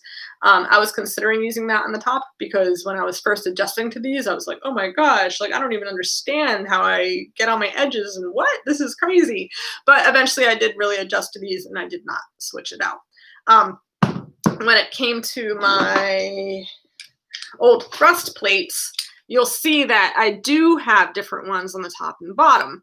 So these orange ones at the top were the ones that came stock on the thrust plates.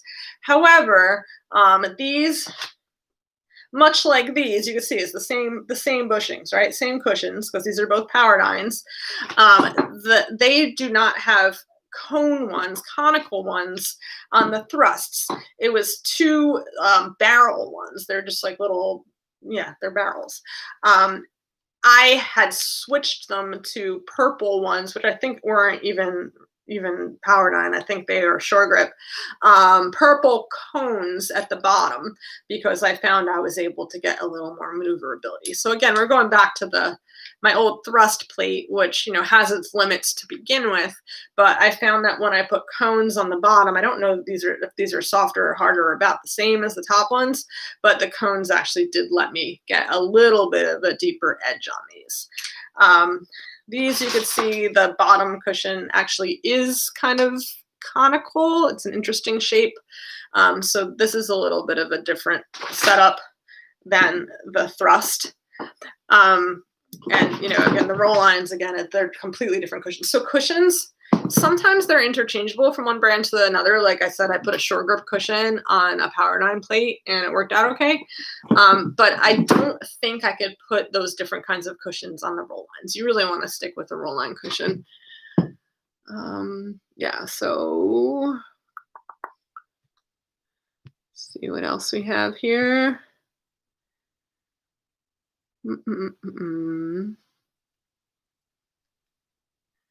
Inline bearings are 8 millimeters. Yeah. Okay. Yeah. So we're still talking. Yeah. Still no small 7 millimeter bearing tool. A double jump. So double jump meaning 2 rotations in the air compared to a single jump meaning just 360 degrees. So 720 degrees, 1, 2, would be a double jump, but you're not going to see me do that anytime soon. I'm over 40 and my knees, this is not going to happen. But big up to all especially the younger skaters, the artistic skaters, and some of y'all rhythm skaters and dance skaters and stuff who like to do that stuff. More power to you. I think it's amazing to watch and I envy your ability, but I am not going to be that person. I can do single jumps. I could do 360s. I could do it forward or backward. I could do it. But it's just, I know I mentioned the tendonitis last year right around this time. It was October last year.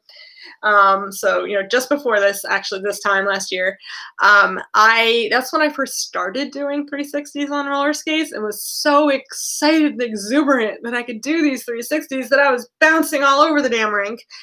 And lo and behold, one morning after skating, I woke up and I couldn't even walk. Both of my knees, the tendons were entirely inflamed. And it was the tendon above my kneecap right here. So it was what you call quad tendonitis. And if you do any research on this, this is actually referred to or commonly called jumper's knee. So I gave myself jumper's knee by jumping. Now my tendons, I think, were already on the weak side. I already probably had some irritation there. So this just was the icing on the cake and, you know, pushed me over the line. So I couldn't skate for 2-3 weeks and it sucked. I didn't fully recover from the tendonitis until quarantine began in March, and I was really not skating more than like once a week. I probably went a long chunk of time without skating, and it finally healed. So yeah, I don't go crazy jumping. You'll see me, you know, maybe once every 2 weeks, someone starts doing jumps and we start talking jumps, and then you'll see me jump like 3 times, and then that's it for another 2-3 weeks. You're over 42. Yes. Over 40 skaters unite.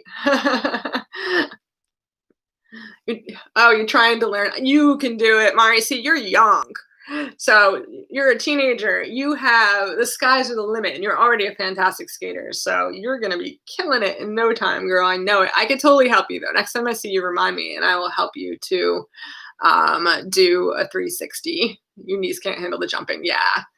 I feel your knee pain. I'm getting close to 40 myself. My right knee sounds like Rice Krispies. Both of my knees sound like Rice Krispies. And actually, my doctor was like, "Well, you have early arthritis. Like your cartilage is breaking down." Yeah, no problem. All right. And as you may know, if you know anything about physiology in the body, cartilage does not grow back. Like once it's gone, it's gone. And that's why you'll see a lot of athletes and even non-athletes will get injections in their knees. And there's a bunch of different kinds of injections you can get. You can get a steroid injection, which I've heard actually can do damage as well, but it helps in the short term. You can get a PRP, it's called platelet rich plasma.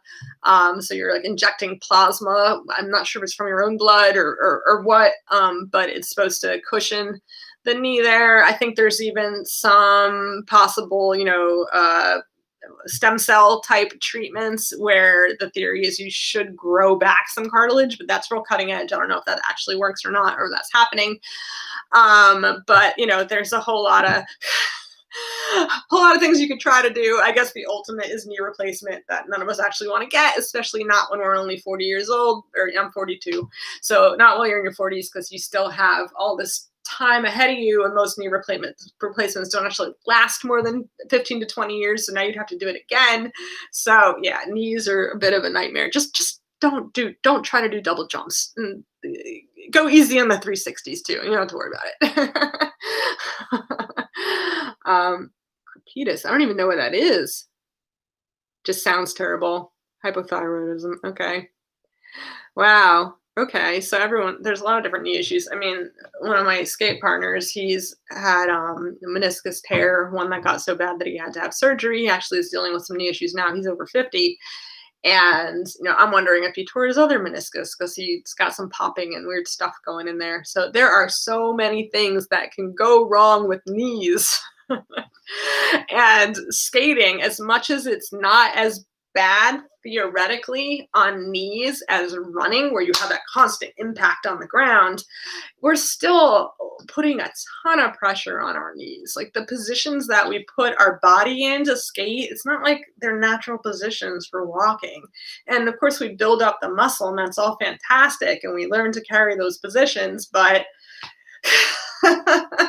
we do a little damage in the meantime. Tendons is like rescue stomach. So weird tendon thing. Okay, so interesting.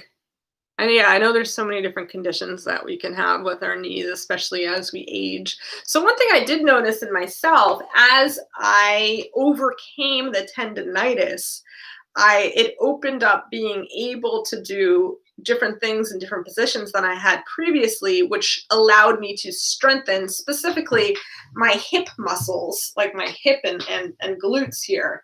And as I strengthened that stuff, first of all, it allowed me to be able to do pivots on one foot and like flip back and forth. Like, so those of you who have tried to do some like roller dance stuff where you're flipping your feet back and forth, like on one foot, you will notice really quickly that you start hurting a ton along your hip here. So that's the muscles you're using. Or if you try to do back outside edges, meaning rolling on your back heel wheel, in a circle, you're going to feel it all right here. That's actually a good thing because that means you're strengthening those muscles, and eventually it's not going to hurt anymore.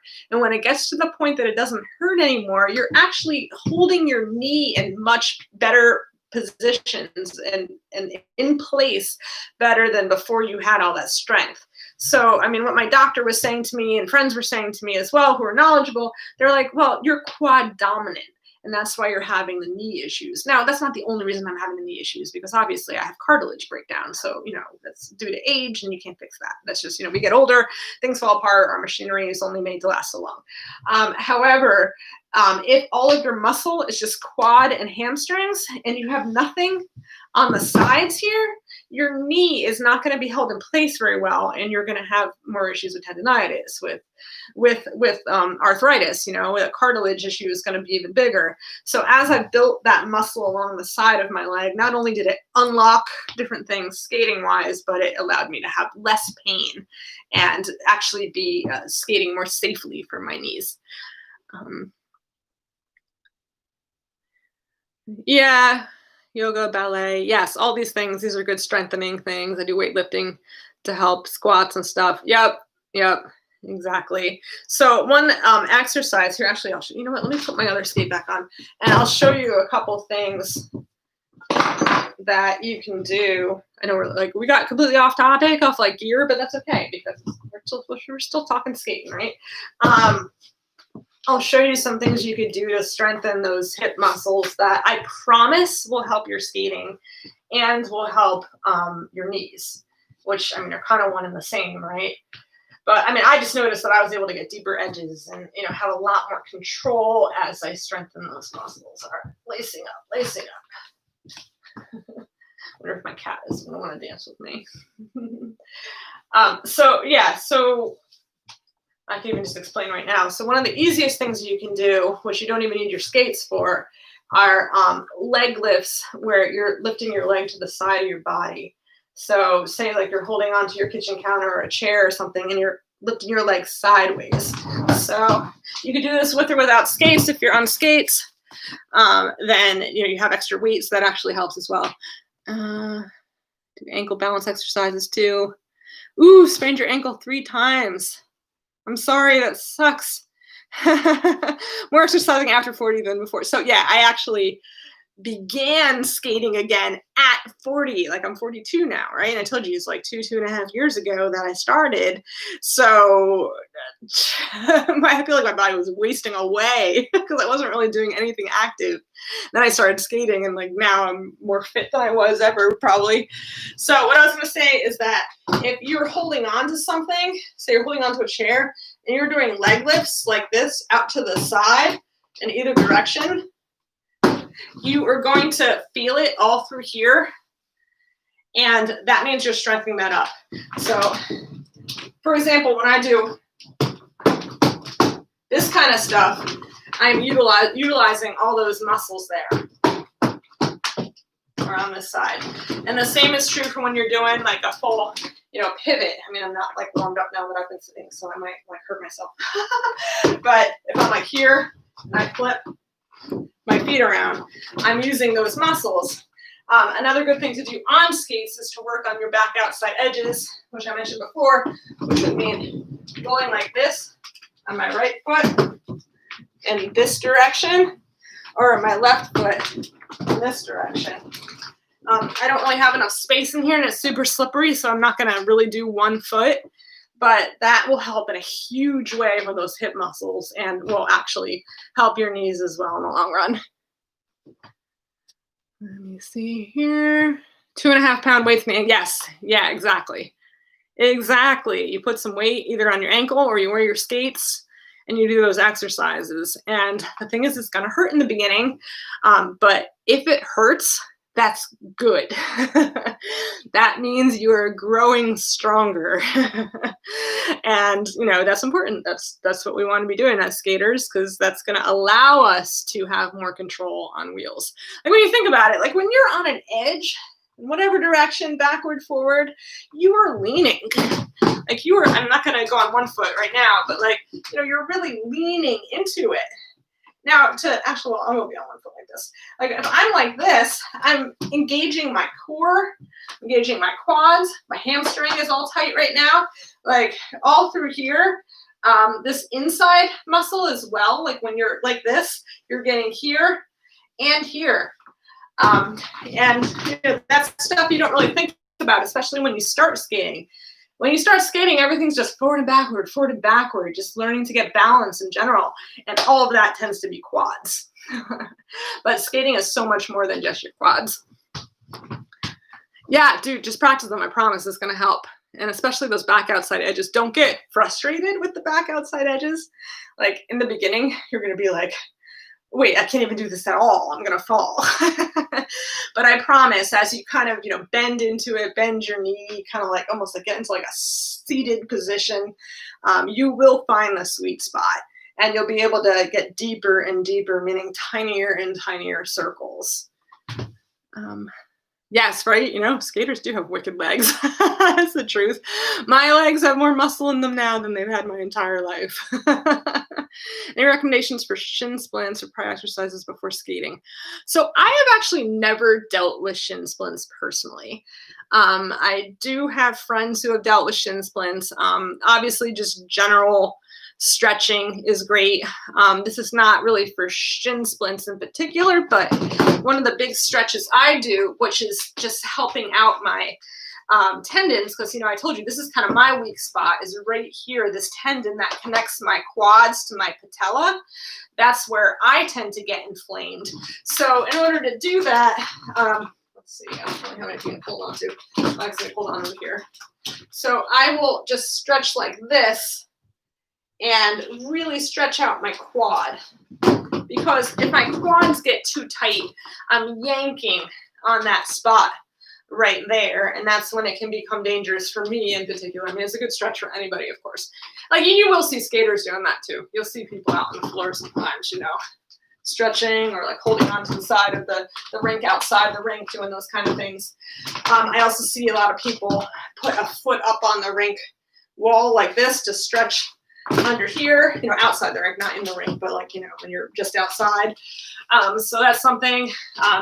Obviously stretching like this, keeping your heel down, so you're stretching out your calf muscle. Those are always good. Let's see. You had shin splints because of running track. Yeah, runners really deal with shin splints, that's for sure.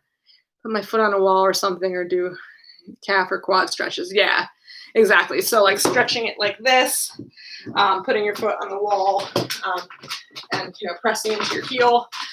Those things all stretch out back in here, and they get your hamstrings all stretched out as well, which are really good. But yeah, like I said, my biggest one for my weak spot is stretching my quads, so they don't kind of tighten up and yank real hard on the tendons and then pull on my knees. But we're all different. It's funny too how like everyone has such different anatomy. We're all just built differently, and we have just a different body structure. And even though we're all human, you'd think we'd be dealing with some of the same stuff, but everyone has different issues with skating. There's probably no skater I've ever met who's never had any kind of ankle or knee or quad or tendon issues. Just kind of par for the course. All right, so let's see. Any other questions? Anything else you guys want to chat about? Oh, I think someone asked me a question about what kind of skating I like. Let me see where it was. I don't remember what it was. I think the question, oh, here it is. What's your favorite style of skating outside of your region? That's an interesting question. Let's see. So even in my region, let me just talk about that a little bit first. So North Jersey, New Jersey, it's not a big state, right, guys? Like, New Jersey's small on the map. However, the skating in North New Jersey and New York City, that style, is very different than the style you get in Philly, South Jersey, and down into Delaware and Maryland, specifically Baltimore. Baltimore has been nicknamed in the skate world Snap City, and the reason is because they do what's called snapping. Snapping essentially is doing to a kind of slow hip hop type beat, pivots, like 1 foot transitions, 3 turns, brackets. They have like a million different names, right? And flipping back and forth. So it's done in pairs. It can be done as one person just flipping around, or it's done in pairs where one person holds their arm out and the other is grabbing on and off their arm like this as they're pivoting back and forth. If you guys later on look on YouTube here and look up like snapping roller skating or Baltimore style snap or snap skating, you'll probably find some videos. You understand what I'm talking about. So that's the other big regional style that has influenced my skating. Also in Philly specifically, we have one thing called fast backwards. And it doesn't just mean going backwards fast. It's actually a very specific step. So when you see artistic skaters, or let's say ice skaters, skate backwards, you're usually, I'm gonna demonstrate, you're usually doing crossovers this way, right? Now, for fast backwards in Philly, it's actually, I want you to be able to see, it's like this. You're doing steps like this. So like that's a big regional thing that's influenced my skating. So, I mean, I guess if I were to say, you know, what styles regionally, it would be North Jersey first, and then like South Jersey, Philly, Baltimore second. I have never skated Chicago, so I have this strong desire to learn JB skating. I don't fully understand I mean, the positions are fine. I'm sure I can do them, but I don't understand the rhythm of it just yet. I'm a musician, so rhythm is like a thing for me. So I feel like I need to go to Chicago and just be in it for, you know, a couple weeks, go to a bunch of sessions and like have someone teach me a routine to kind of get it to click in my head how to do it. Any suggestions on different cushions for your skates? Okay. Yeah, snapping is very cool. New York, Jersey, woot! Cushions for your trucks or whatever. Okay. Southern Ontario, I don't know what the style is out there. The chili penguin, cute. Yes, create your own style. Illinois, okay, so yeah, you're a JB, definitely JB influenced. I mean, ultimately, I was talking to a kind of an OG skater recently, and what they were saying is, you know, even though you're from a spot and you learn to skate this style or that style, ultimately, each individual skater has their own unique style. And that's a conglomeration of all the different things that you've seen in your skate life and all the different skaters who have influenced you. So, I mean, I know that having skated in different states and lots of different rinks, even having you know, had the opportunity to go to a skate party. I went to the Tampa Soul Roll in January of this year. That was my first time going to a national party. I picked up so many different things from different skaters who are literally from around the world. You know, I'd be like, ooh, that's cool. Let me try that footwork. And that just goes in my bag of tricks, my repertoire of different things that I can do. I also find that different music, different tempos bring out different footwork. So I'll see for myself that in one song, I'm going to be skating straight up like New Jersey house, bouncy kind of stuff. And the next song, say it's like a slower hip hop, like down tempo hip hop sort of thing. And I might start doing more like a snap style. I recently started learning about skating as an art form. I have a few questions I can ask. Yes, please do ask your questions. All right, so someone was asking about, let me go back to the questions here. Cushions. Okay, so I did cover this a little earlier. I'll just briefly go through it again. So the cushions, again, are these guys here. This is Impala skates, but here's cushions. You can see it here on these. You can see them here on my roll lines. They're those little gray guys. So cushions, it's not really a brand. They're brand specific. So if you are on a roll line plate, you need roll line cushions. If you're on a power down plate, you can get away with some short grip cushions, but I would stick with power down cushions. If you're on a short grip plate, use short grip cushions. You're on Snyder, use Snyder cushions. Same is true for pivot cups. Some people think pivot cups are interchangeable. They are not. You need to use pivot cups that are specifically for that brand. I tried putting short grip pivot cups here in these power down thrusts. They did not fit. So make sure you're getting the right replacement parts if you do have to replace parts. But as far as what specific cushions you use, it's going to matter. Your weight is going to be a factor. If you weigh more, you're going to want a harder cushion. If you weigh very little, then, you know, you're going to want the softest of the soft cushions. And then there's a range of things in the middle. So That's a factor. And then how stable you want to be, how tight your edges want to be. Obviously, if you have a softer cushion, if you're going straight, these are your two wheels, and then you take a real tight, you're leaning a lot, you want them to be able to stay on the ground. If you're on really hard cushions and they can't bend that much, then when you make that turn, your wheels are going to come off the ground and you're gonna fall. You're gonna topple over. So a lot of it's just based on what style you skate, how fast you skate, how agile you are, and how tight your cuts need to be. So those are kind of all things to keep in mind with cushions. All right, so let's see. Seeing that some really good skaters express their inner emotions and thoughts through skating. Is it like they want to say something they are not choosing to use words for? That's a great question. So let me just first thing that comes to mind is a little piece of my own story. So let me just share a little bit of kind of the direction I went from when I first started skating through now. So again, I started skating on quads after about an 18-year hiatus from all skating in August of 2018. So it's been somewhere between 2 years and 2.5 years at this point.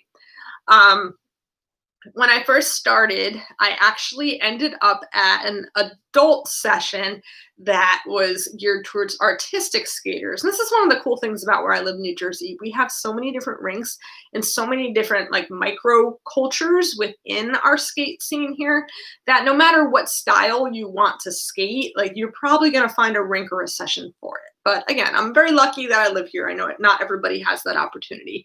But so I started going to these sessions that were geared towards artistic skaters, and they actually had a lot of folks in the 60-plus-year-old range who were doing waltzes on skates. They were doing figures.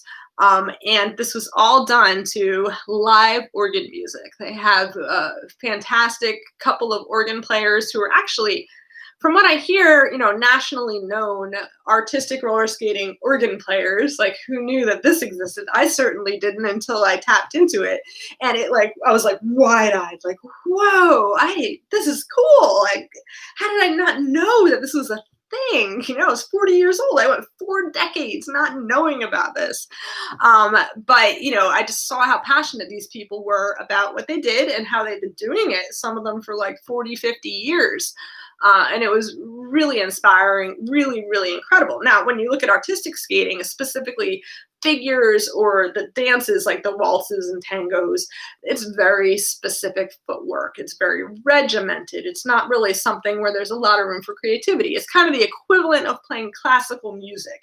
So playing a Mozart sonata or concerto, obviously you can add a little bit of your own flair to it, which we call musicality. However, the notes are the notes and you got to play what's on page. And the same is, true of that type of artistic skating. Of course, you have freestyle artistic, which is more, dramatic. There's more emotions put into it. But that wasn't what I was exposed to at that point. So from there, I ended up, let's see, so I'm a musician, right? So I was down in Delaware, which is south of New Jersey, right? I was down there for a gig. It was a Sunday night. I'd been skating a couple months already, and I had become passionate about it. And I was just itching to skate. I had my skates in my car. So I looked up on my phone all these different rinks and places to skate, and there was a rink in South Jersey called Skate 47 in Franklinville, New Jersey that I had been to before that happened to have an adult session on Sunday night. Now, those who have been skating for a while, you'll know that Sunday in a lot of regions tends to be soul night. It's an adult night, and there's going to be some soul music, probably some hip hop, some R&B, this type of stuff. Now, I didn't know what that meant because I was new to the skate world, right? So I arrived, I showed up, and witnessed, it was it was magic in there. Like, I could not believe the things I saw people doing on skates and how passionate they were. How there was no shame. They were just moving their bodies and getting into it in ways that I had never seen before, especially as a white woman. It was a predominantly Black crowd, and they, like, the technical prowess of these people and just their creativity and movement was so inspiring. And that's really was like my intro to dance skating to rhythm skating to soul skating.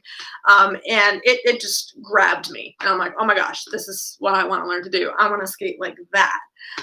Now, I am a musician, so I've been used to performing, putting my passion into something that's rhythmic, musical. However, I was never a dancer before. Just I was always the one with an instrument in my hand, whether I was playing piano, I was playing flute. I might have been bopping around if I was playing with a jazz band or funk band. I play all styles of music. But I was never a dancer. So once I began getting into that world of skating, in the beginning, it almost felt unnatural to kind of express myself um, physically using my arms and legs and everything. But the more I was in that culture, those walls started to come down for me, where when you see everyone around you freely moving, freely putting their passion into this rhythm that everyone's feeling together, that bounce, you realize that like no one's judging you for how you dance or how you move, and you start to kind of just let go and be in the moment in the music. So yeah, so kind of going back to your question, I don't know if it's about words, not words. It's more just releasing that inner passion, and not hesitating to let your body move how it will naturally move to that music. And of course, you're developing skate technique as you're going, and the more technical you're able to be, the more different steps you're able to do. You can throw those things into your skate flow and kind of create your own style. Let's see. Seem like what passion is. Yes. Infectious energy. I've had people tell me that before. They're like, you have such energy. Just how I'm made. What's your personality of skating? Why do you skate? Well, I think I kind of covered some of that in what I just said, at least how I was inspired. For me, let me just talk about myself as a musician for a minute. I was trained classically on the piano, but when I was in middle school, I started playing in jazz band. When I was in high school, I picked up the flute. I actually taught myself to play the flute. Now I play flute more professionally than I play piano. But I started doing improv. When I was in college, I used to play with the DJs who used to spin like down tempo house and drum and bass and jungle and that sort of like, club music. This was in the 90s when jungle and drum and bass was popular. So I've always been one to cross genres, I think is what I'm getting at. I've always been one to dabble in this style, dabble in this style, dabble in that style over there and over here, but I'm never gonna be the best at any of them, but I've been the kind of person who will pick up little things from all of these different places and probably get to like, a B plus level, like I'm like an 88% test score in all these different categories. I'm not going to be the star. I'm not going to be the A plus. I'm not going to be, the super flashy one, ripping through crazy flute solos or really killing at center rink doing insane spins and footwork, but I'm going to be competent. So I think that's the same sort of thing I've taken into my skating. It's just who I am. Yeah, I skate a little bit of everything.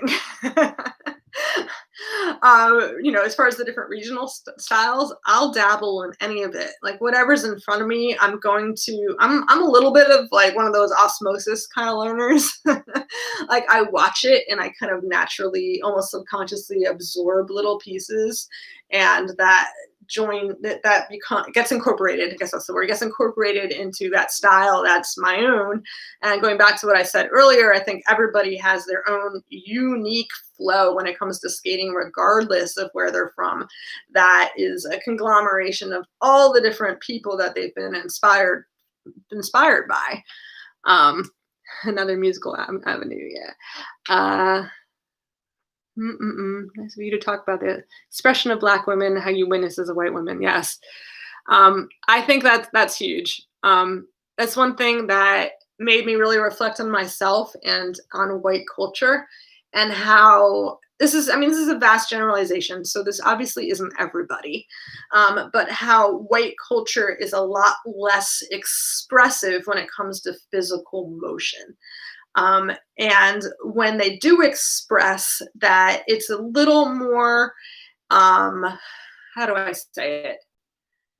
little more like this is what I was taught, so I'm gonna do it within this box, this structure, and a lot less of like freely coming from inside and releasing it. And why that's the nature of white culture, I'm not really sure. And of course, it's not everybody. That's not across the board by any means. But you know, I do think that black culture is more expressive physically with movement.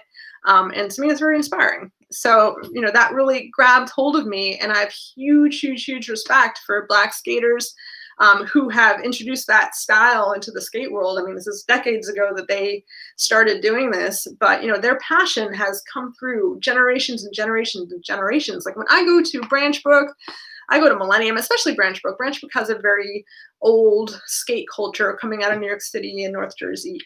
It's been around for decades. The things that I'm seeing people are doing are literally dances and steps and techniques that have been passed from generation to generation and to generation without a rule book. They didn't read it. They didn't like study it in a textbook. It was something that was naturally passed by observing and just feeling the music, and the music in some ways dictated the creation of the style. Just like we see in Chicago with JB skating, they talk about how the rhythms of James Brown's music are what really developed that skate style. And I think the same is true in New Jersey, New York with the house music, how that house disco kind of bounce, that tempo is what developed, especially with the partner skate style, the like doing the small circles. I don't know if you guys are familiar with it, but when like at a skate party, you'll see people either individuals, couples, or sometimes even trains of 3 people doing the small tight circles, like the figure circles. And you'll get maybe, you know, 10 people on there, maybe even more. And you're all kind of weaving in and out of each other. And it's this crazy, insane thing. And they call it the jungle. It's this crazy thing that looks like it's total chaos, but everyone's in complete control. And like almost nobody runs into each other at all. It's just this bounce that everyone's kind of doing together. And it's really cool. Let's see.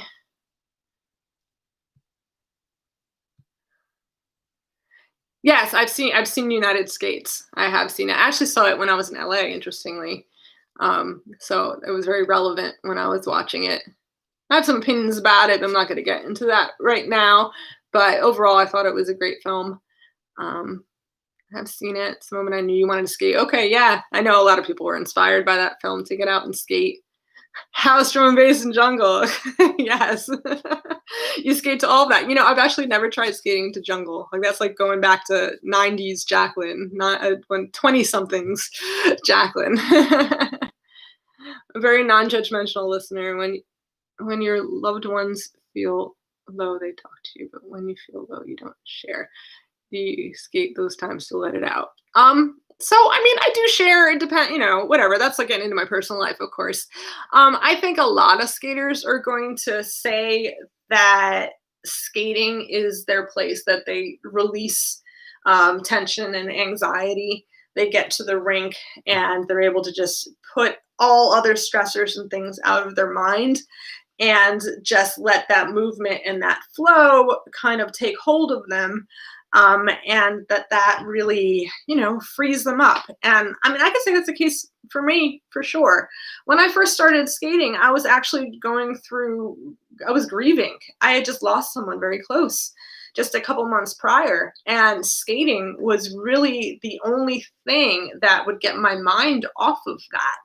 I would still, you know, after skating, at least that first couple of months, I'd get in the car and I might start crying or start thinking about that person again. And I was upset. But when I was skating, I was fully present. I was in the moment. And that was such a powerful thing. And you hear that story from so many skaters. Like you hear about people who lost loved ones. You hear about people who, you know, went through divorces or breakups and then started skating. You hear about many, many people who went through addiction, and skating was the thing that they transferred that addiction to, like the healthy addiction that they found almost as a replacement. Like, you know, a lot of recovered alcoholics, you know, recovered opiate addicts, like, you know, recovered, you know, cocaine addicts, like all sorts of people who find the rink as like their safe haven to release that stress and anxiety. So yeah, I mean, I definitely use skating that way. Dancing to the genres. Skates. Okay. My energy is open. Thank you. I actually really appreciate you saying that. I try to be really open. So one thing that you guys don't know about me, because I mean, I'm a musician and I'm a skater, but I've lived overseas before. I lived in Japan for a while. I spent 3 months in West Africa. I spent some time in South America. I've kind of been all over the world, mostly for pleasure, a little for work. Um, I love learning about different cultures and associating with different groups of people. I've always been like really open and inclusive with people. So I think that also is, a piece that I take into my skating when it comes down to learning different styles and even just the community aspect of it. Uh,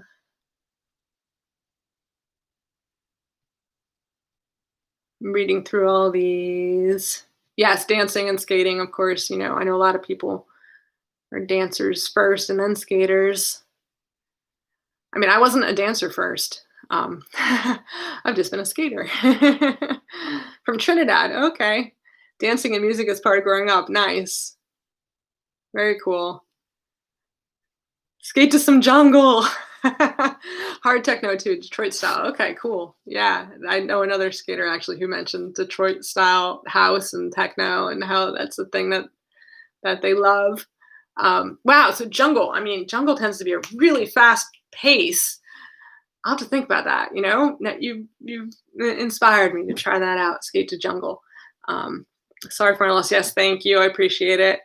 Um, do you have an inspirational person in the skating world? Can you tell us a bit about that person? Oh, and yes, and being present is very true. Type of recentering. Yes, yes, yes, very true. Yeah, I mean, just to reiterate what you said about being present, I think when you're skating, because your full body is put into it and your full focus, it's like you have obstacles to deal with, you have footwork to conquer, you have balance, that you're constantly shifting and changing as you're moving. Like you have to be fully 100% present while you're doing that. And I think, yeah, I think it's one of the most freeing things because it gives your mind a break from everything else. So I think that's a wonderful thing. So an inspirational person in the skating world. Well, you know what? There's not really one inspirational person. There are definitely people who I highly respect their style and their craft. Let's see. As far as female skaters, well, there's two people that pop to mind when it comes to female skaters, and they're on the complete opposite ends of the spectrum as far as how they skate, what they do. They're both incredible athletes, but they're very different. One would be, I don't know what her actual name is. I want to say it's like Maisha, something like that. She's in Chicago, but her Instagram is Smooth Goddess. She is one of the most controlled and powerful female skaters that I've witnessed thus far. I mean, there's some really great dance skaters, specifically out of Atlanta. I mean, there's some fabulous skaters, female skaters locally. I'm just talking about the women. But this one woman, again, Smooth Goddess on Instagram, I saw her in person and did introduce myself in Tampa at the Tampa Soul Roll, which was a national party in January. And you see how people create the circle, and you have mainly men who get in the middle and do all their spins and all their incredible footwork and mind-blowing stuff on skates. Well, she was one of the only women to get in there and really go head to head with the guys. And I was like, well, damn. Look at her go. That's awesome. This girl can spin. Like she could do all kinds of crazy stuff. She's also a fabulous JB skater. She's from Chicago. But yeah, she's a big inspiration for me. Another big piece of why she's an inspiration for me is because for her, it's not about being sexy. I mean, she's an incredibly beautiful woman, and you could, how could you skate like that and not be sexy? Like you are, but she's not selling sex in her image. She's very wholesome, and it's like her skills speak for themselves. She doesn't have to add anything extra. And to me, that's really amazing. So she's one skater that definitely has inspired me. Another skater, which again, opposite end of the spectrum, but most of you will be familiar with who she is Estrogen, the owner of Moxi. When I look at, I know, like, there's been plenty of controversy in the last, this last year with BLM and everything, and what skaters are representing and how well they're represent these influencers, how well they're representing the different skate communities in the history of skating. But regardless of any of those things that people have said, like, she started a movement, and that movement is female outdoor skaters. And the fact that she was able to build that, like, no, she didn't start a rink session movement, a dance skate movement. No, that was there. That was, long-standing, many decades of specifically Black skaters who were doing that. But she really started something else. Like, she's an amazing athlete. You've probably all seen videos of her skate a ramp, skate a bowl, or the girl's doing backflips. Like, she's like around my age. She's like about 40 years old.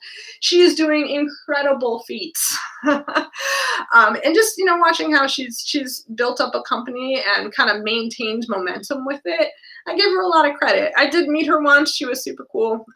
She was fun to talk to and just kind of hear a little bit of her story. She's from Philly, so she's from here. She was out here visiting. But yeah, she's definitely inspired me. And to kind of go back to what I said about the other skater, Smooth Goddess, Estrogen too. She's not selling like the sexy woman image. Once again, her skills speak for themselves. She is a badass skater. Like, that girl is an athlete. She's incredibly strong. And I aspire to that kind of strength that either of those women have to be able to do what they're doing as athletes. And both of them are obviously very passionate. They put their passion into their craft. Yes, she's amazing, right? Many reasons. My dream to take some lessons with her. Spins are amazing. Yes, I would love to take lessons with her. She is truly, like, probably top of the list for female skaters that I've witnessed thus far. Good point about not selling sexiness. People who are genuine come through very powerfully. Yep. Yeah. And I don't want to say I hate it, but, I do see a lot of female skaters go in that direction. And some of them are really fantastic dance skaters. And I know that, that sexiness is part of the dancing. So it's not that I, disrespect it in any way, but I just think more for myself when I look at who inspires me to be a better skater. It's women like Smooth Goddess out of Chicago, or Estrogen, or people who are, their skills are above and beyond, and it doesn't even matter what they look like because they are badasses. Yes, they don't need to act or sell. People witness them, admire them for who they are. Can I type her name here? I cannot hear her name clearly. I think someone actually did above. Yeah. I don't know how you say it. Myesha, Myesha. Is her first name, but if you look up Smooth Goddess, all one word, on Instagram at Smooth Goddess, you will find her. That's her Instagram name. That's exactly why I bought my Lolli. She encourages women to join the street skating scene. Yep, I know a lot of people bought, Moxi skates because of her, obviously. So the woman who inspired me to start skating, now this is about 3 years ago I met her. She is a skater from Germany. I think she's from Frankfurt. She was here in the States. She had flown to New York, and her plan was to skate across America. Her original plan, which I thought was actually kind of cute, was to physically skate across America. And I was like, girl, hey, more power to you if you make that happen. That's amazing, but I don't know if that's going to be so easy. So she did actually discover eventually that wasn't going to be so easy, and ended up taking a bus from city to city to city and meeting and joining in with the Chicks and Bowls groups and crowd in each of these locations. And she eventually made it all out to Los Angeles. And then she was in Hawaii for a minute, came back, and she came all the way back, came back through Philly, and I hung out with her again before she flew back to Germany. But to make a long story short, she is a skate park skater first and foremost. I'm not sure how she was inspired to get Moxis and start doing skate parks, but this was 3 years ago, before this big resurgence of roller skating and everything you're hearing about in 2020. This was 3 years prior to that, and she was already out there skating. So she let me try her Moxi lollies. And that's what opened my eyes to that entire world. I didn't even know, like, roller skating at a skate park was a thing. Just like I didn't know about roller skating to organ music and doing tangos on skates was a thing. This was completely new to me, and let alone the completely active and beautiful African American skate culture. Like, even though it, like, here I live in like a hub of all this, and I didn't know it existed. It's also underground. Um, so yeah, so indirectly, estrogen affected my skating. 'Cause that's how I got back into skating. And of course, I got Impalas first, and then I got my Lollies, and now I'm at the point that I've really outgrown the Lollies, and it's time for me to upgrade to Rydell's or Adidas or something that's, a little more supportive. But nonetheless, the Lollies have been fantastic. Um, let's see. Used to street skate Minneapolis, and it was weird at the time, 2009. I used to see so many people doing it now makes me happy. Yeah, see, back in the 90s, I mean, this was even, prior to what you're talking about, but I lived in Boston, and any of the street skating happening, because it was the 90s, was on rollerblades. That's when rollerblades became kind of popular. And actually, blades were my second major purchase. I think I got my rollerblade brand rollerblades and maybe it was like 1994, something like that. I want to say I was around 16 years old. Is that right? I don't know. No, maybe a little later. I don't know. Whatever. It was somewhere back in the 90s where I got my rollerblades. And street skating was a thing, but it wasn't like doing fancy tricks or anything. It was just street skating. I remember people in Boston. I don't know if anyone's familiar with Boston, but down the Esplanade, which is the path that goes the jogging or biking path that goes along the Charles River. You get to this one area where there's this thing called the Hat Shell, and that's where they would have outdoor concerts in spring and summer and fall. In that same area on the weekends, if there weren't concerts going on, rollerbladers, like the really good bladers, would set up cones and they'd do the slalom stuff. And I wasn't that kind of skater at that point, but I would go and watch and chat with people, and that inspired me. But I never really pursued it at that point. I was a student and I was a little busy. Yeah, estrogens. Michelle Stylen is her name.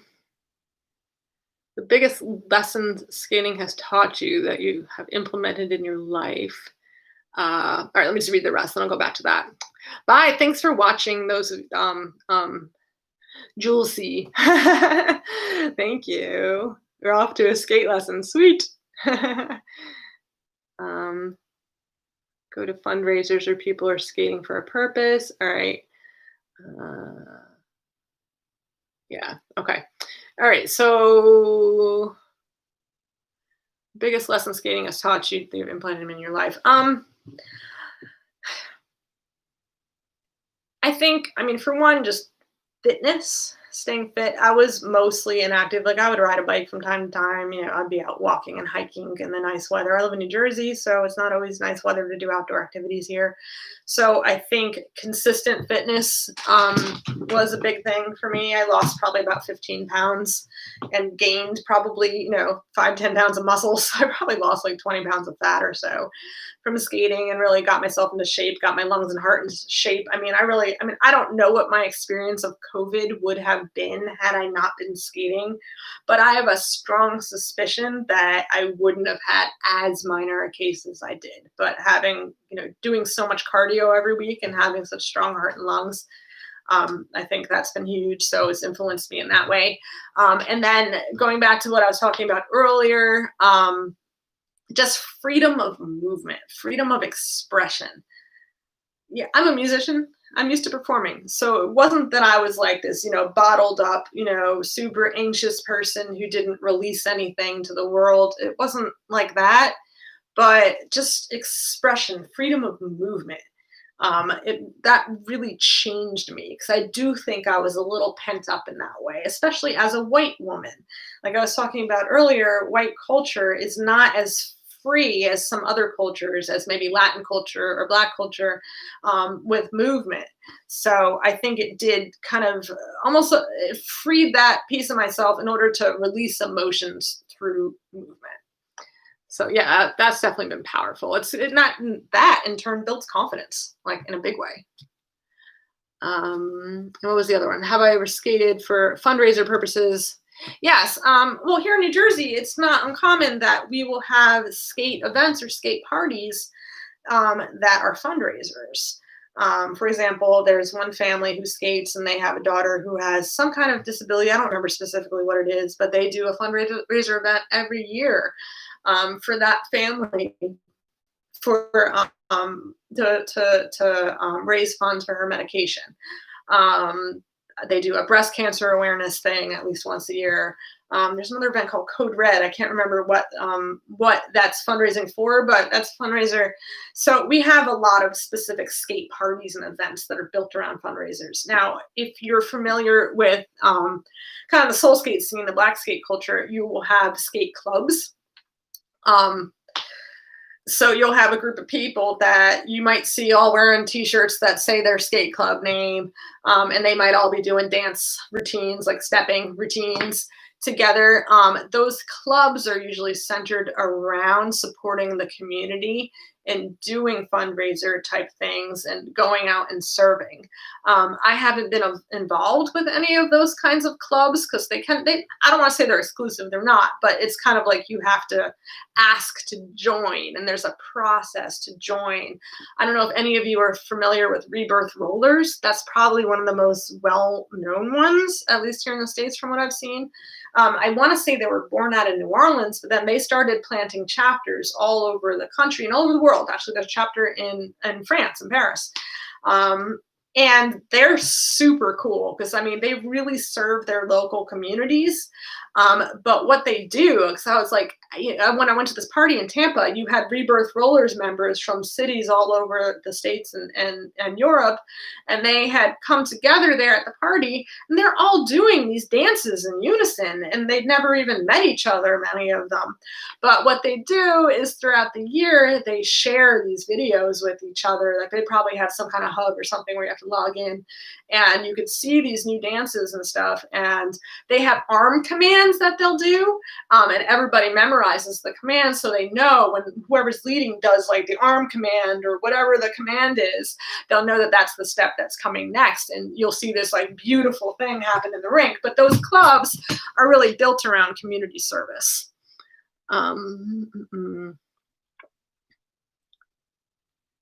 Hardcore resilience. Yes, skating definitely teaches hardcore resilience.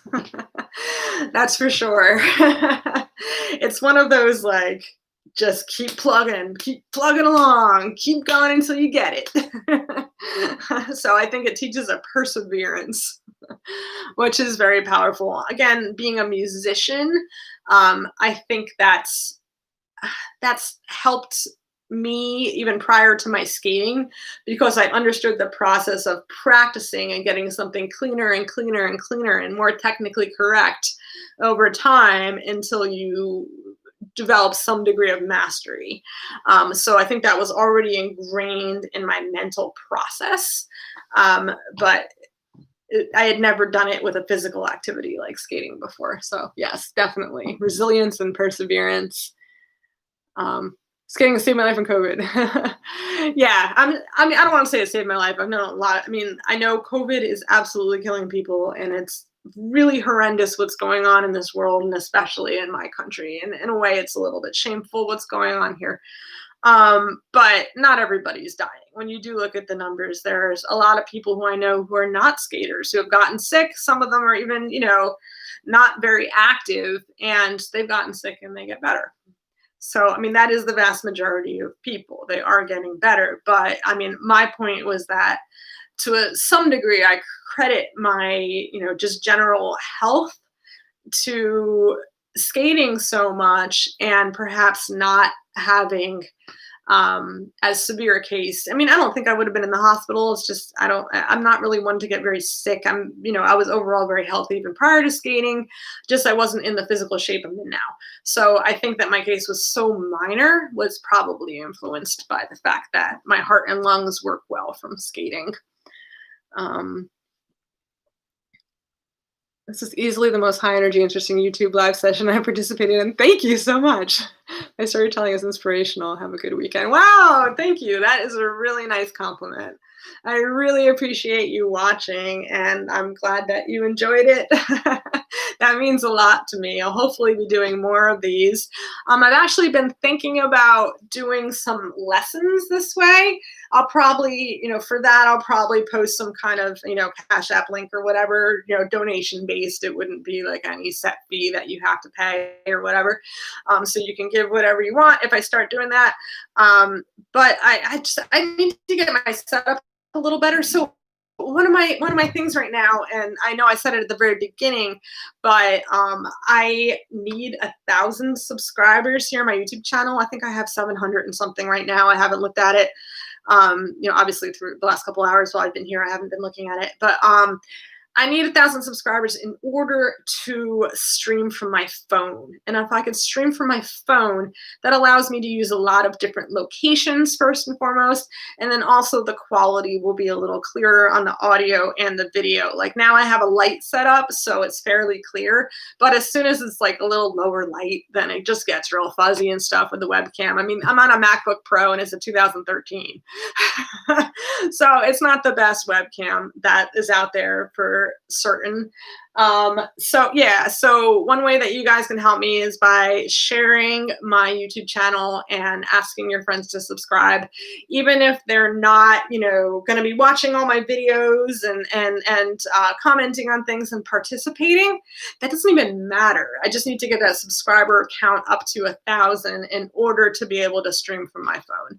I might try doing some lessons and stuff right from here, but the space is a little limited. I feel like I can't really give my all and really be able to, we'll see. I might try it. But if I do try it, if you guys have specific dance steps, like small space, rhythm skating, dance skating type stuff that you want to learn, I would, love to hear that. And I could definitely try to structure like a mini lesson, something like a 30-minute lesson right here on like a live stream on YouTube around that. So do keep that in mind moving forward. I want to be able to give you guys something to learn as well. Like I've been inspired by so many skaters along the way who have taught me. So, I love giving back. And then I also mentioned earlier, I do private lessons. I just started doing them online. Again, this is my setup. So we are talking about small space, dance, rhythm skating type stuff. And, I here in my region in New Jersey, I do teach in person as well.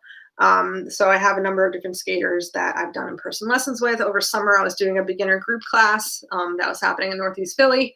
Now the weather is changing, obviously, so it's hard to be really consistent for the outdoor stuff. I've thought about meeting up at some of the like less attended indoor sessions at the roller rinks. Specifically at the old Holiday, which is now called the Rink in Delanco, New Jersey. There's a lot of space, something like a Monday 6 to 9 session. There's probably only 30 people in the building. The rink is gigantic, so you got all this space in the middle. So, if anyone's interested in lessons, that's something that we can work out. Yes, Christine, thank you for watching. Thank you.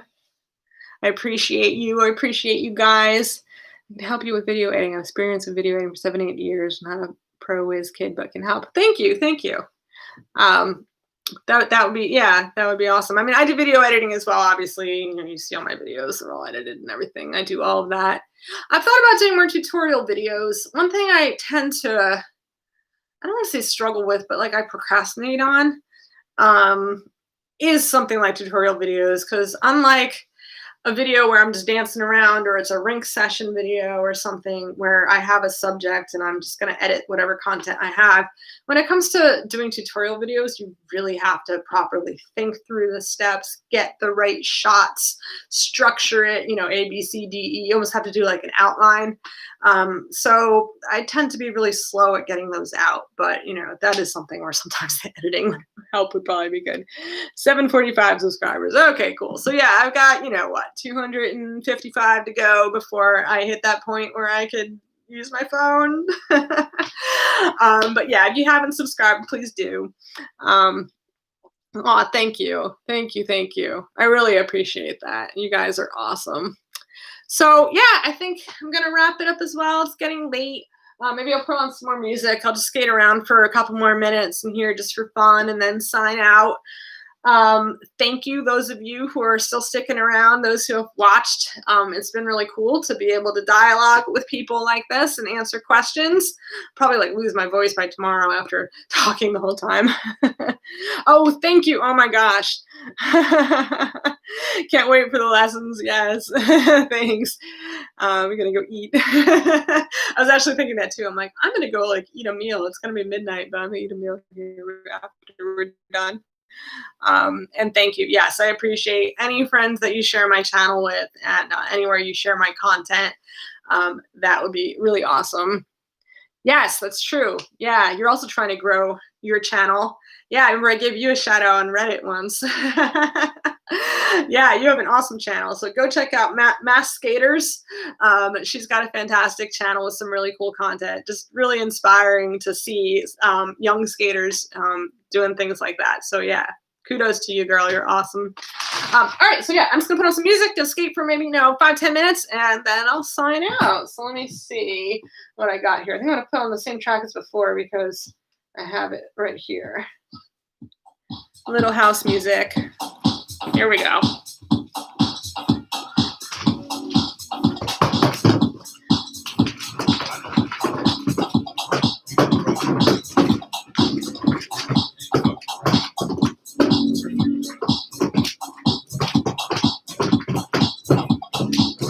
Around the world, let your soul shine. Breathe the light in your heart and mind. Be the one, super shine your dreams. Be the one, tell everybody what you need. Face is really markets to destroy our mind. Red of the labor for the time. Rattlesnake for the gas we get to condos. Red of the data when they come for you. Rattlesnake when they come for you. Rattlesnake when they come for you. Push the beat when they come for you. Come for you. Rattlesnake when they come for you. Rattlesnake when they come for you. Push the beat come for you.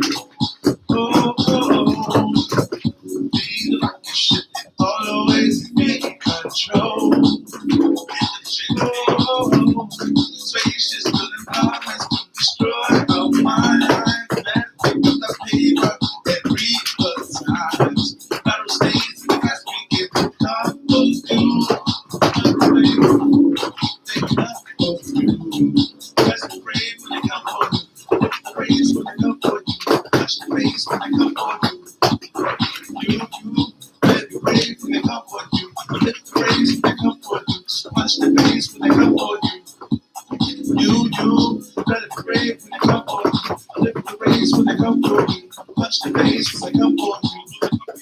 You better be brave when they come for you. Lift the waist when they come for you. Punch the face when they come for you. Better be brave when they come for you. Lift the waist when they come for you. Punch the face when they come for you. Punch their face. Better be brave when they come for you. Lift the waist when they come for you. Punch the face when they come for you. Better be brave when they come for you. Lift the waist when they come for you. Punch the face when they come for you.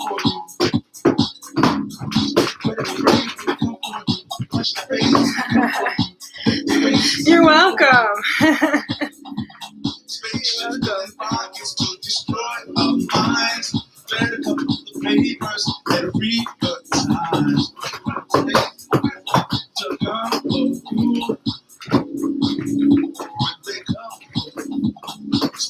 with armies to destroy our minds.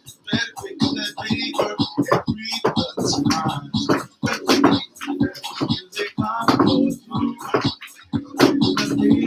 They come for you. They come for you. Punch the face when they come for you. Better be brave when they come for you. Lift the race when they come for you. Punch the face when they come for you.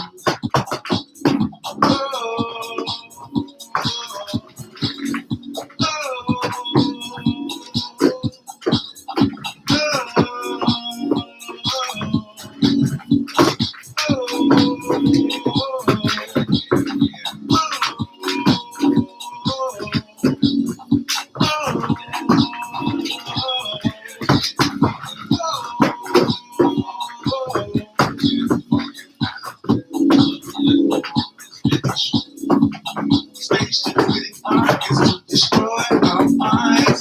Better pick up that paper and read the times. I can't just sing a line what that is. Spaceship building rockets to destroy our minds. Better pick up that paper and look at the times. But it's and you better pick up that paper and pick up that paper. All right, woo! That's a track by a friend of mine, so it's not even completed, but it's got a fun house beat. All right, guys, I'm going to sign out. Thanks for watching. I appreciate all of you. Y'all are awesome. I hope to get a chance to see and chat with you all again, and some of you maybe even skate in person. So stick around on my channel. Please, like, comment, share anything you see on there. I appreciate any attention you give to my channel. It's great being able to do this and share myself with you all. So thanks for watching and have a great night.